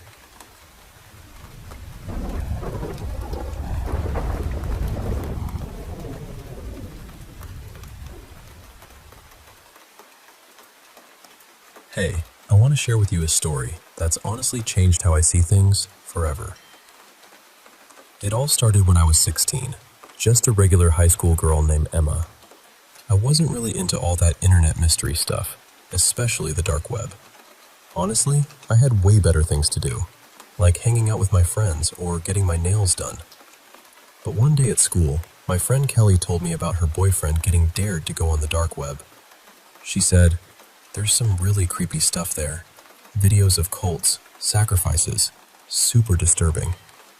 And I was like, why would anyone want to see that? Gross. Kelly agreed, and we didn't think much more of it. Except at lunch, everyone was buzzing about Robbie's dare and how maybe one of us should try it. I stayed quiet, not wanting any part of it. I knew the dark web had awful stuff, violent things, illegal things, and I was not about that life. Then my other friend, Christine, jokingly said, "Hey, maybe Emma should do it." I immediately said no.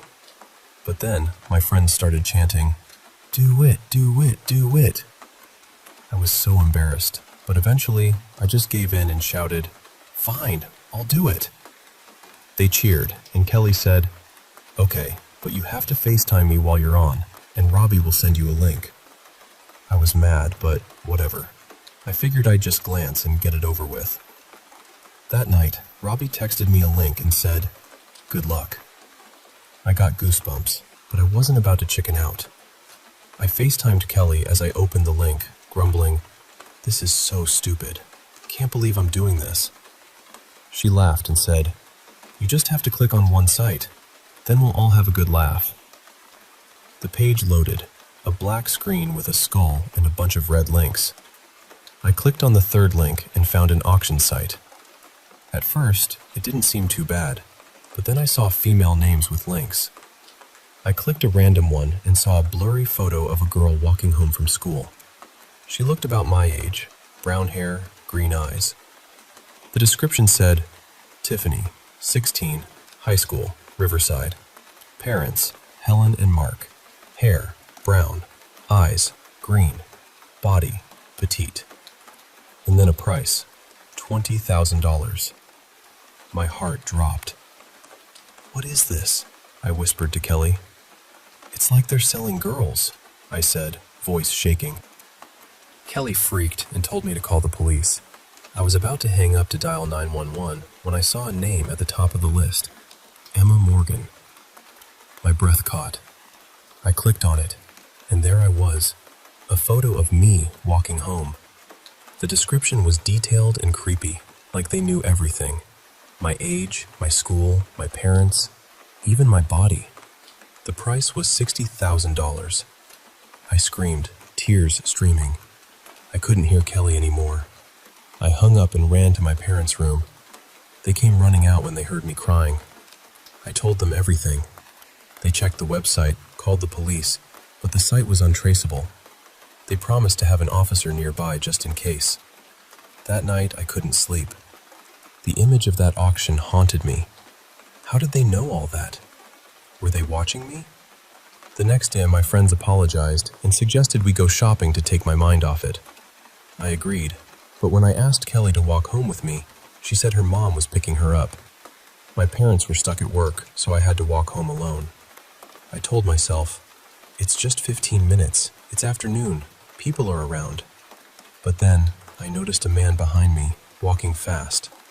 I sped up, but he matched my pace. Panic set in. and I ran. Just as I reached my door, fumbling for keys, I felt a sharp prick in my shoulder, and everything went black. When I woke, I was in a dark room, chained to the floor, a computer glowing in front of me. On the screen, a Google Meet with 50 people watching. I screamed, begged for help. Then, a man stepped out of the shadows. Black jeans, black hoodie, face hidden. He asked, "How much?" The crowd started shouting prices. 60,000, 80,000, 90,000. Then, 115,000. The man said, "Going once, going twice, sold." 2 days later, Kelly was holding a missing person poster. My poster. Tears in her eyes, she looked at my smiling photo. Blonde hair shining, brown eyes sparkling. "Emma, I'm so sorry," she whispered. And that's how a stupid dare on the dark web changed my life forever.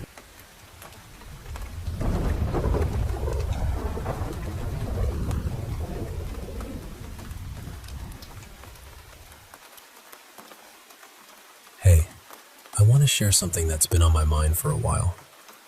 So, I've been seeing my girlfriend Jamie for about 2 months, and I've been over at her place quite a bit. But there was this one night that just felt different. You know how it is when you're a teenager.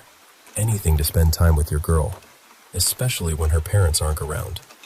But at Jamie's house, nighttime was always a little weird. Like there was this vibe that something wasn't quite right. What really got to me was going upstairs to the bathroom at night. Every time, it felt like someone was watching me, or maybe just following me closely. It was unsettling. Jamie's mom was cool with me being there late, and when I knocked, she just let me in with that knowing smile and a wink. She told me she was heading out to dinner with her fiancé, and that I had the run of the house until Jamie got back. She joked, "Just don't steal anything," and then left. I settled in the living room, streaming some Seinfeld to keep my mind off things. But when nature called, I had to face those stairs. The dark stairwell freaked me out. I asked Jamie once why the lights in the entryway and stairs never worked for long. She said they'd only stay on for a day or so, and no one knew why.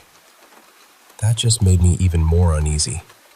So I bolted up the stairs, did my business, and was about to head back down when I heard it.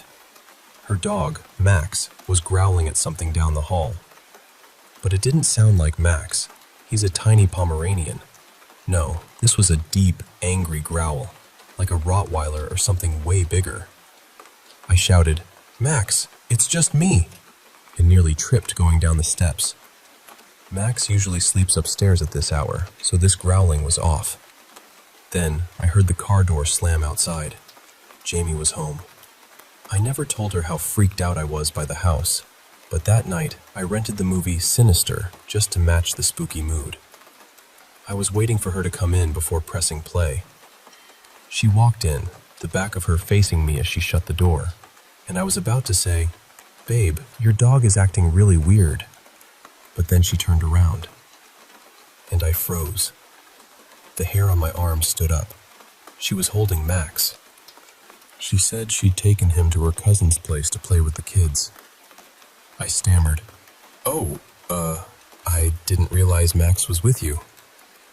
She smiled and asked, "So what was it you wanted to say about him?" I just told her it was nothing and suggested we watch TV. After that, I avoided those stairs completely. But even then, I kept catching shadows moving out of the corner of my eye near the front door. Every time I looked, it stopped. Since then, Jamie started coming over to my place more often. At first, I asked her to, but eventually, it was her idea. Max passed away peacefully in his sleep at 13 years old, and since that day, Jamie's told me something that still sends chills down my spine. She said, "Ever since I was little, I thought it was Max growling outside the bathroom at night. But now that he's gone, the growling hasn't stopped. It's coming from my closet."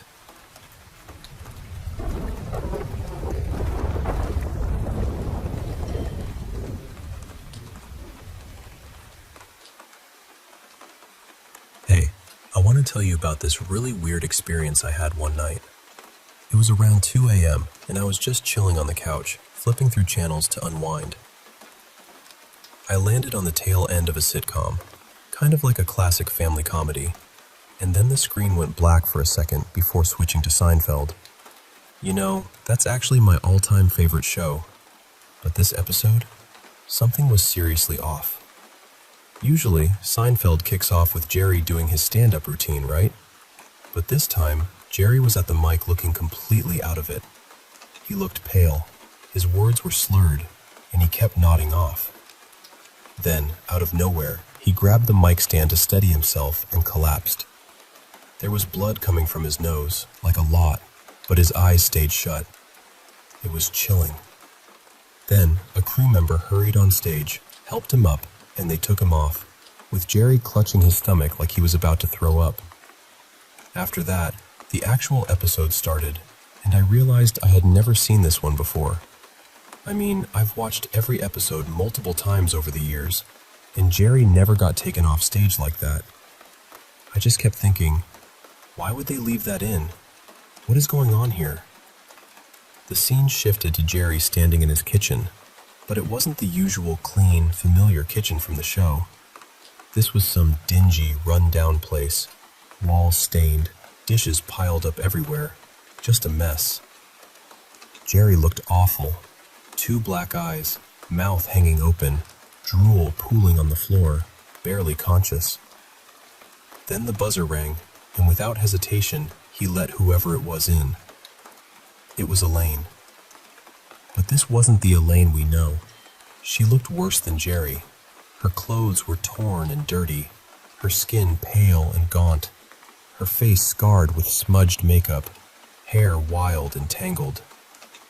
She came in and kept shaking Jerry, saying over and over, "Jer, wake up, wake up." But Jerry just kept mumbling, what? And wiping his face, barely responding. I won't lie, it was haunting. This version of the show was like a twisted nightmare of the characters we thought we knew. It felt so real, but at the same time, completely surreal.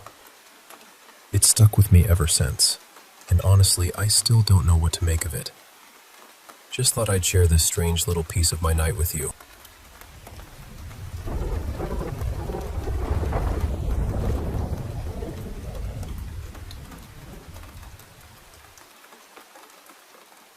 Hey, I want to share something that happened to me recently.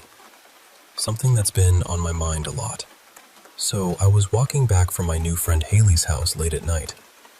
Where I live now, it's pretty rural.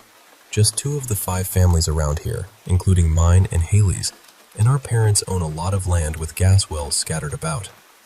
It's peaceful, and honestly, it feels good to walk alone at night without that constant worry I had back in the city. Anyway, I was making my way down this trail that only folks around here really know about, kind of carved out by us over time. Suddenly, I hear these crunching sounds, like someone running through the branches. It startled me, but I thought maybe it was my brother. He's older, and he and his friends love to scare me like that. They used to do it all the time when we lived in Chicago, so I figured it was just them messing around. But then I called my dad, and it was about 1:45 in the morning. He was pretty mad at first, probably because I was out so late. But then he told me my brother was actually in bed. He asked me exactly where I was. I told him I was coming back from Haley's place, and that's when he got really worried. He told me to run home as fast as I could. Turns out, he had just gotten a call from Haley's mom. Haley was missing, and so was her dad's pickaxe, the one I had actually seen leaning against their house when I left. Dad said Haley was a very sick girl, and kept telling me to hurry. He sounded scared. If he had known I was at her house, he would have come to get me right away.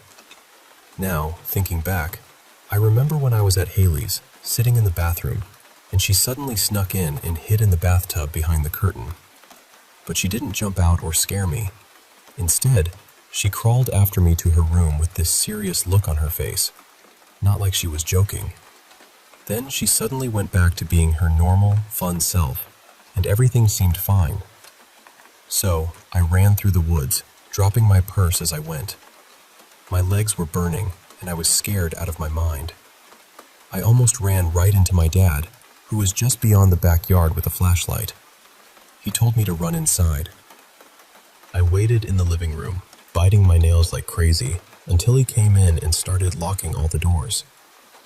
He told me we'd be okay, and I finally went to bed. But just about half an hour ago, I woke up to a strange noise outside my bedroom window. It was 3:13 a.m., and I was terrified to look. I imagined the worst, maybe seeing Haley's face out there. When I finally pulled back the curtain, there was nothing. Until I turned on my phone's flashlight. And then, right there on the window, written in dew formed by fingerprints, was a word, but it was spelled backwards. It said T-S-O-M-L-A. Flipping it around, it reads, almost. I don't know what it means. I just wish I hadn't become her friend.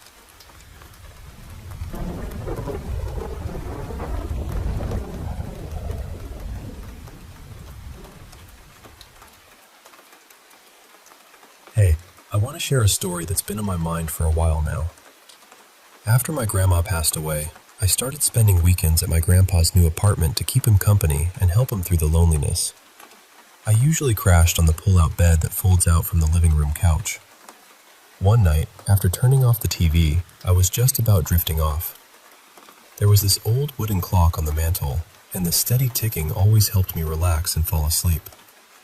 But that night was different. As I was dozing, I heard this noise coming from the kitchen, this shuffling sound. It immediately took me back to childhood memories, because I had a cousin who used to sleepwalk when she visited. I remember one night finding her standing in the bathroom closet, and ever since, that image has haunted me in nightmares. So hearing those footsteps stop once they reached the dining room carpet really freaked me out. I froze, gripping the covers so tight my palms felt sweaty. Then the footsteps stopped, but something even more unsettling started. The sound of something gliding across the carpet. It was like movers dragging a heavy piece of furniture through the living room. My heart was pounding, and I pulled the pillow over my ears, but I could still hear it. Then, right where my feet were at the end of the couch, the bed slumped down as if someone sat there, pressing down on the covers wrapped around my legs. I tried to kick and squirm free, but nothing budged. In desperation, I called out, "Grandma, I know you're here, but please leave me alone." Instead of stopping, it felt like whoever it was climbed up onto the couch, like they were about to straddle me. That's when I finally threw myself off and ran down the hallway, flipping on every light. But when I looked around, there was no one there. I left everything as it was, turned off the lights, and crawled into bed with my grandpa. He never even woke up. That night, I had the most terrifying nightmares. At one point, I woke up soaked in sweat from dreaming I was eating mealworms and maggots out of a bag of chips. I could taste it so vividly, but I was too scared to get up and rinse my mouth out. The next morning, Grandpa asked why I was in his bed. I told him everything. The noises, the feeling, the presence. He just looked down quietly. I suggested maybe it was Grandma checking on me, and that I might have been imagining things. But he shook his head firmly. He said, "Grandma passed away at Riverside Hospital," and my heart skipped a beat. So it couldn't have been her. I didn't ask you or your brother to stay here because I'm lonely or sad. I asked you to come because of that. I pressed him. "Are you sure it wasn't Grandma?" And his answer still chills me. "No, it wasn't. Whatever it is, it hates me and wants me gone." Grandpa passed away about a year later. My mom brought him to live with us after that strange experience. As he settled in, his mind started slipping because of Alzheimer's, and at night he would wander the halls. Sometimes, I'd hear that same shuffling sound. Other times, a gliding noise I never dared to investigate. During those nights, I often found our dog hiding under my bed. I wondered if whatever was there had followed Grandpa home, and even worse, if it took him when he died. I don't think it was human. And honestly, I'm still not sure what to make of it.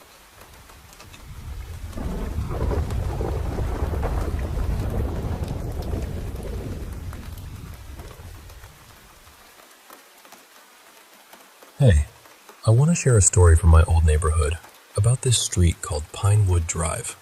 It intersected with my street just a few blocks away, and there was this eerie local legend everyone whispered about. Back in the early 80s, a 16-year-old girl named Selena was walking home from school during a storm when a drunk driver hit her. The accident was so severe that she died instantly. What made it even more heartbreaking was that she had just found out she was pregnant a week before. Some folks in town believed she was actually coming back from a clinic after an abortion, and that somehow that was the reason this tragedy struck her.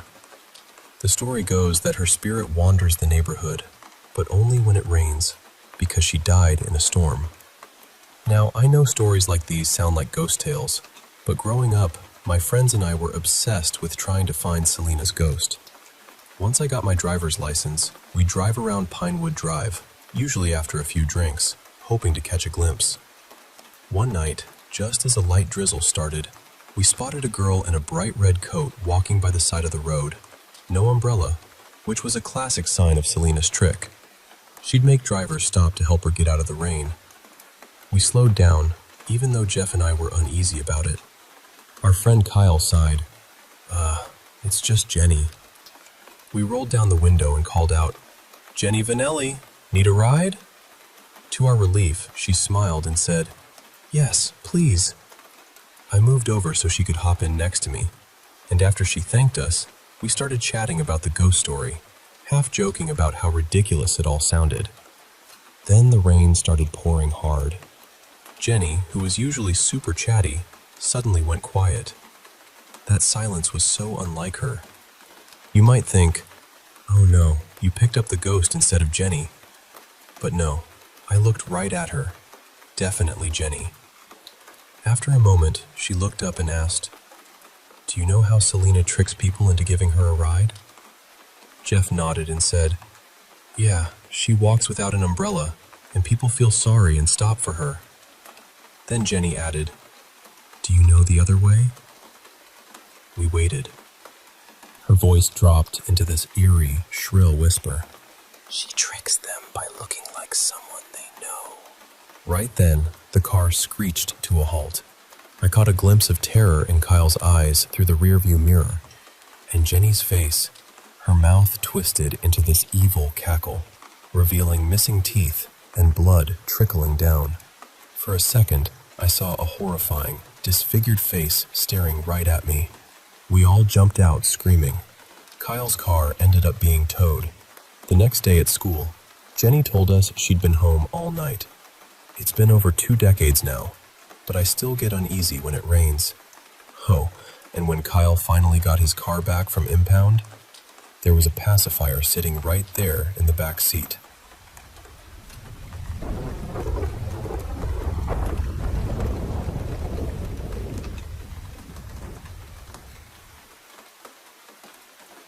I've carried 2 memories for years, and even now, I still don't know what to do with them. I've tried telling myself it was stress, fear, sickness, or my mind filling in the blanks. But the truth is, I know what I saw. And some nights, when the dreams come back, it feels like those moments are still sitting beside me, waiting to be understood.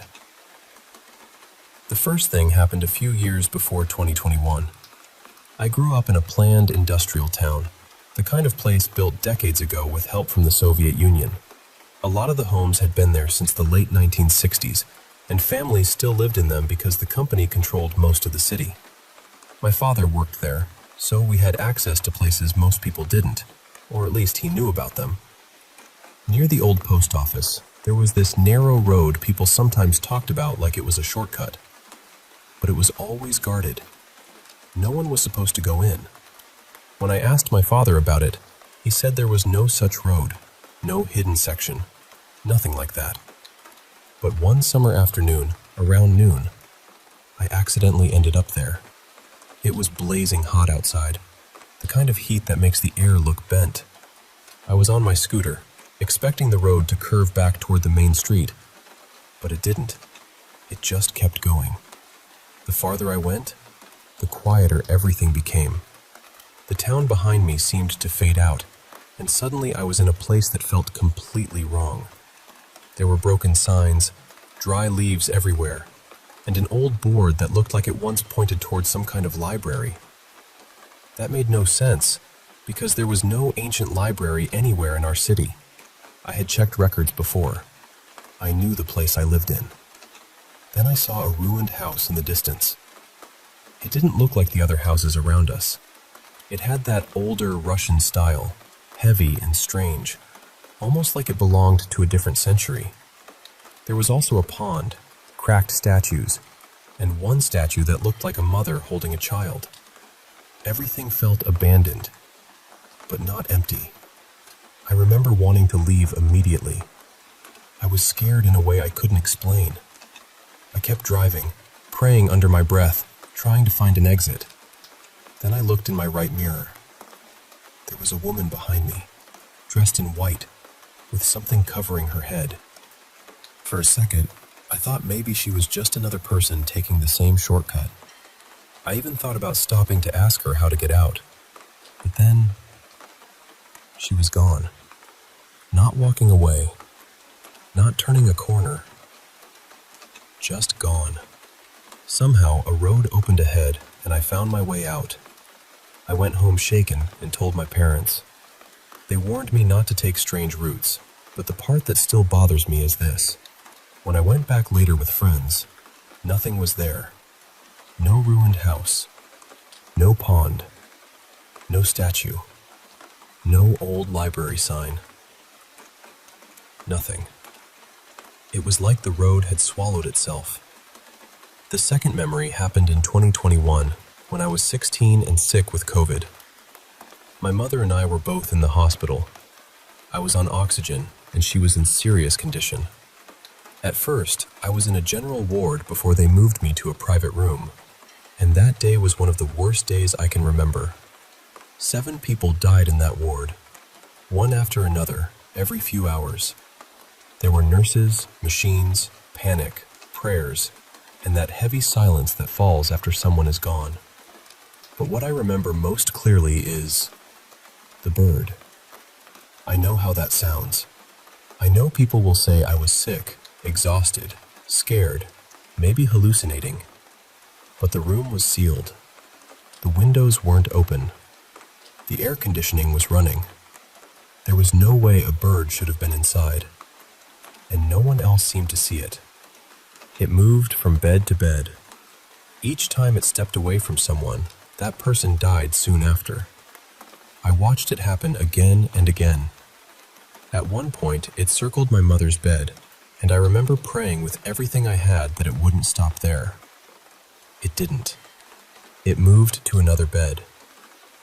That was the 7th one. After the 7th death, the bird disappeared. During that time, I kept having the same dream. I was in a white place where trains came and went. People got off. People got on. Some left and never came back. I kept trying to climb onto one of the trains, but someone always stopped me. Then I saw my grandfather board one. That night, I thought it was just another nightmare. The next morning, our relatives told us he had passed away while we were in the hospital. Later, my mother said she had dreamed of him too.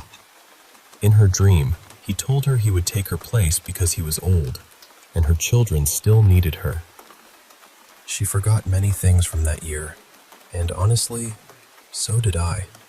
2021 feels blurred at the edges, but that part stayed. My mother survived, even though she had been critically ill, and sometimes I wonder if my grandfather gave something up for her. I don't know what these 2 incidents were. I don't know if they were connected. Maybe they were trauma. Maybe they were warnings. Maybe there are places and moments where the world opens a door it usually keeps locked. But I know this much. I didn't make it up. And even after all these years, I still find myself asking the same question. What did I see?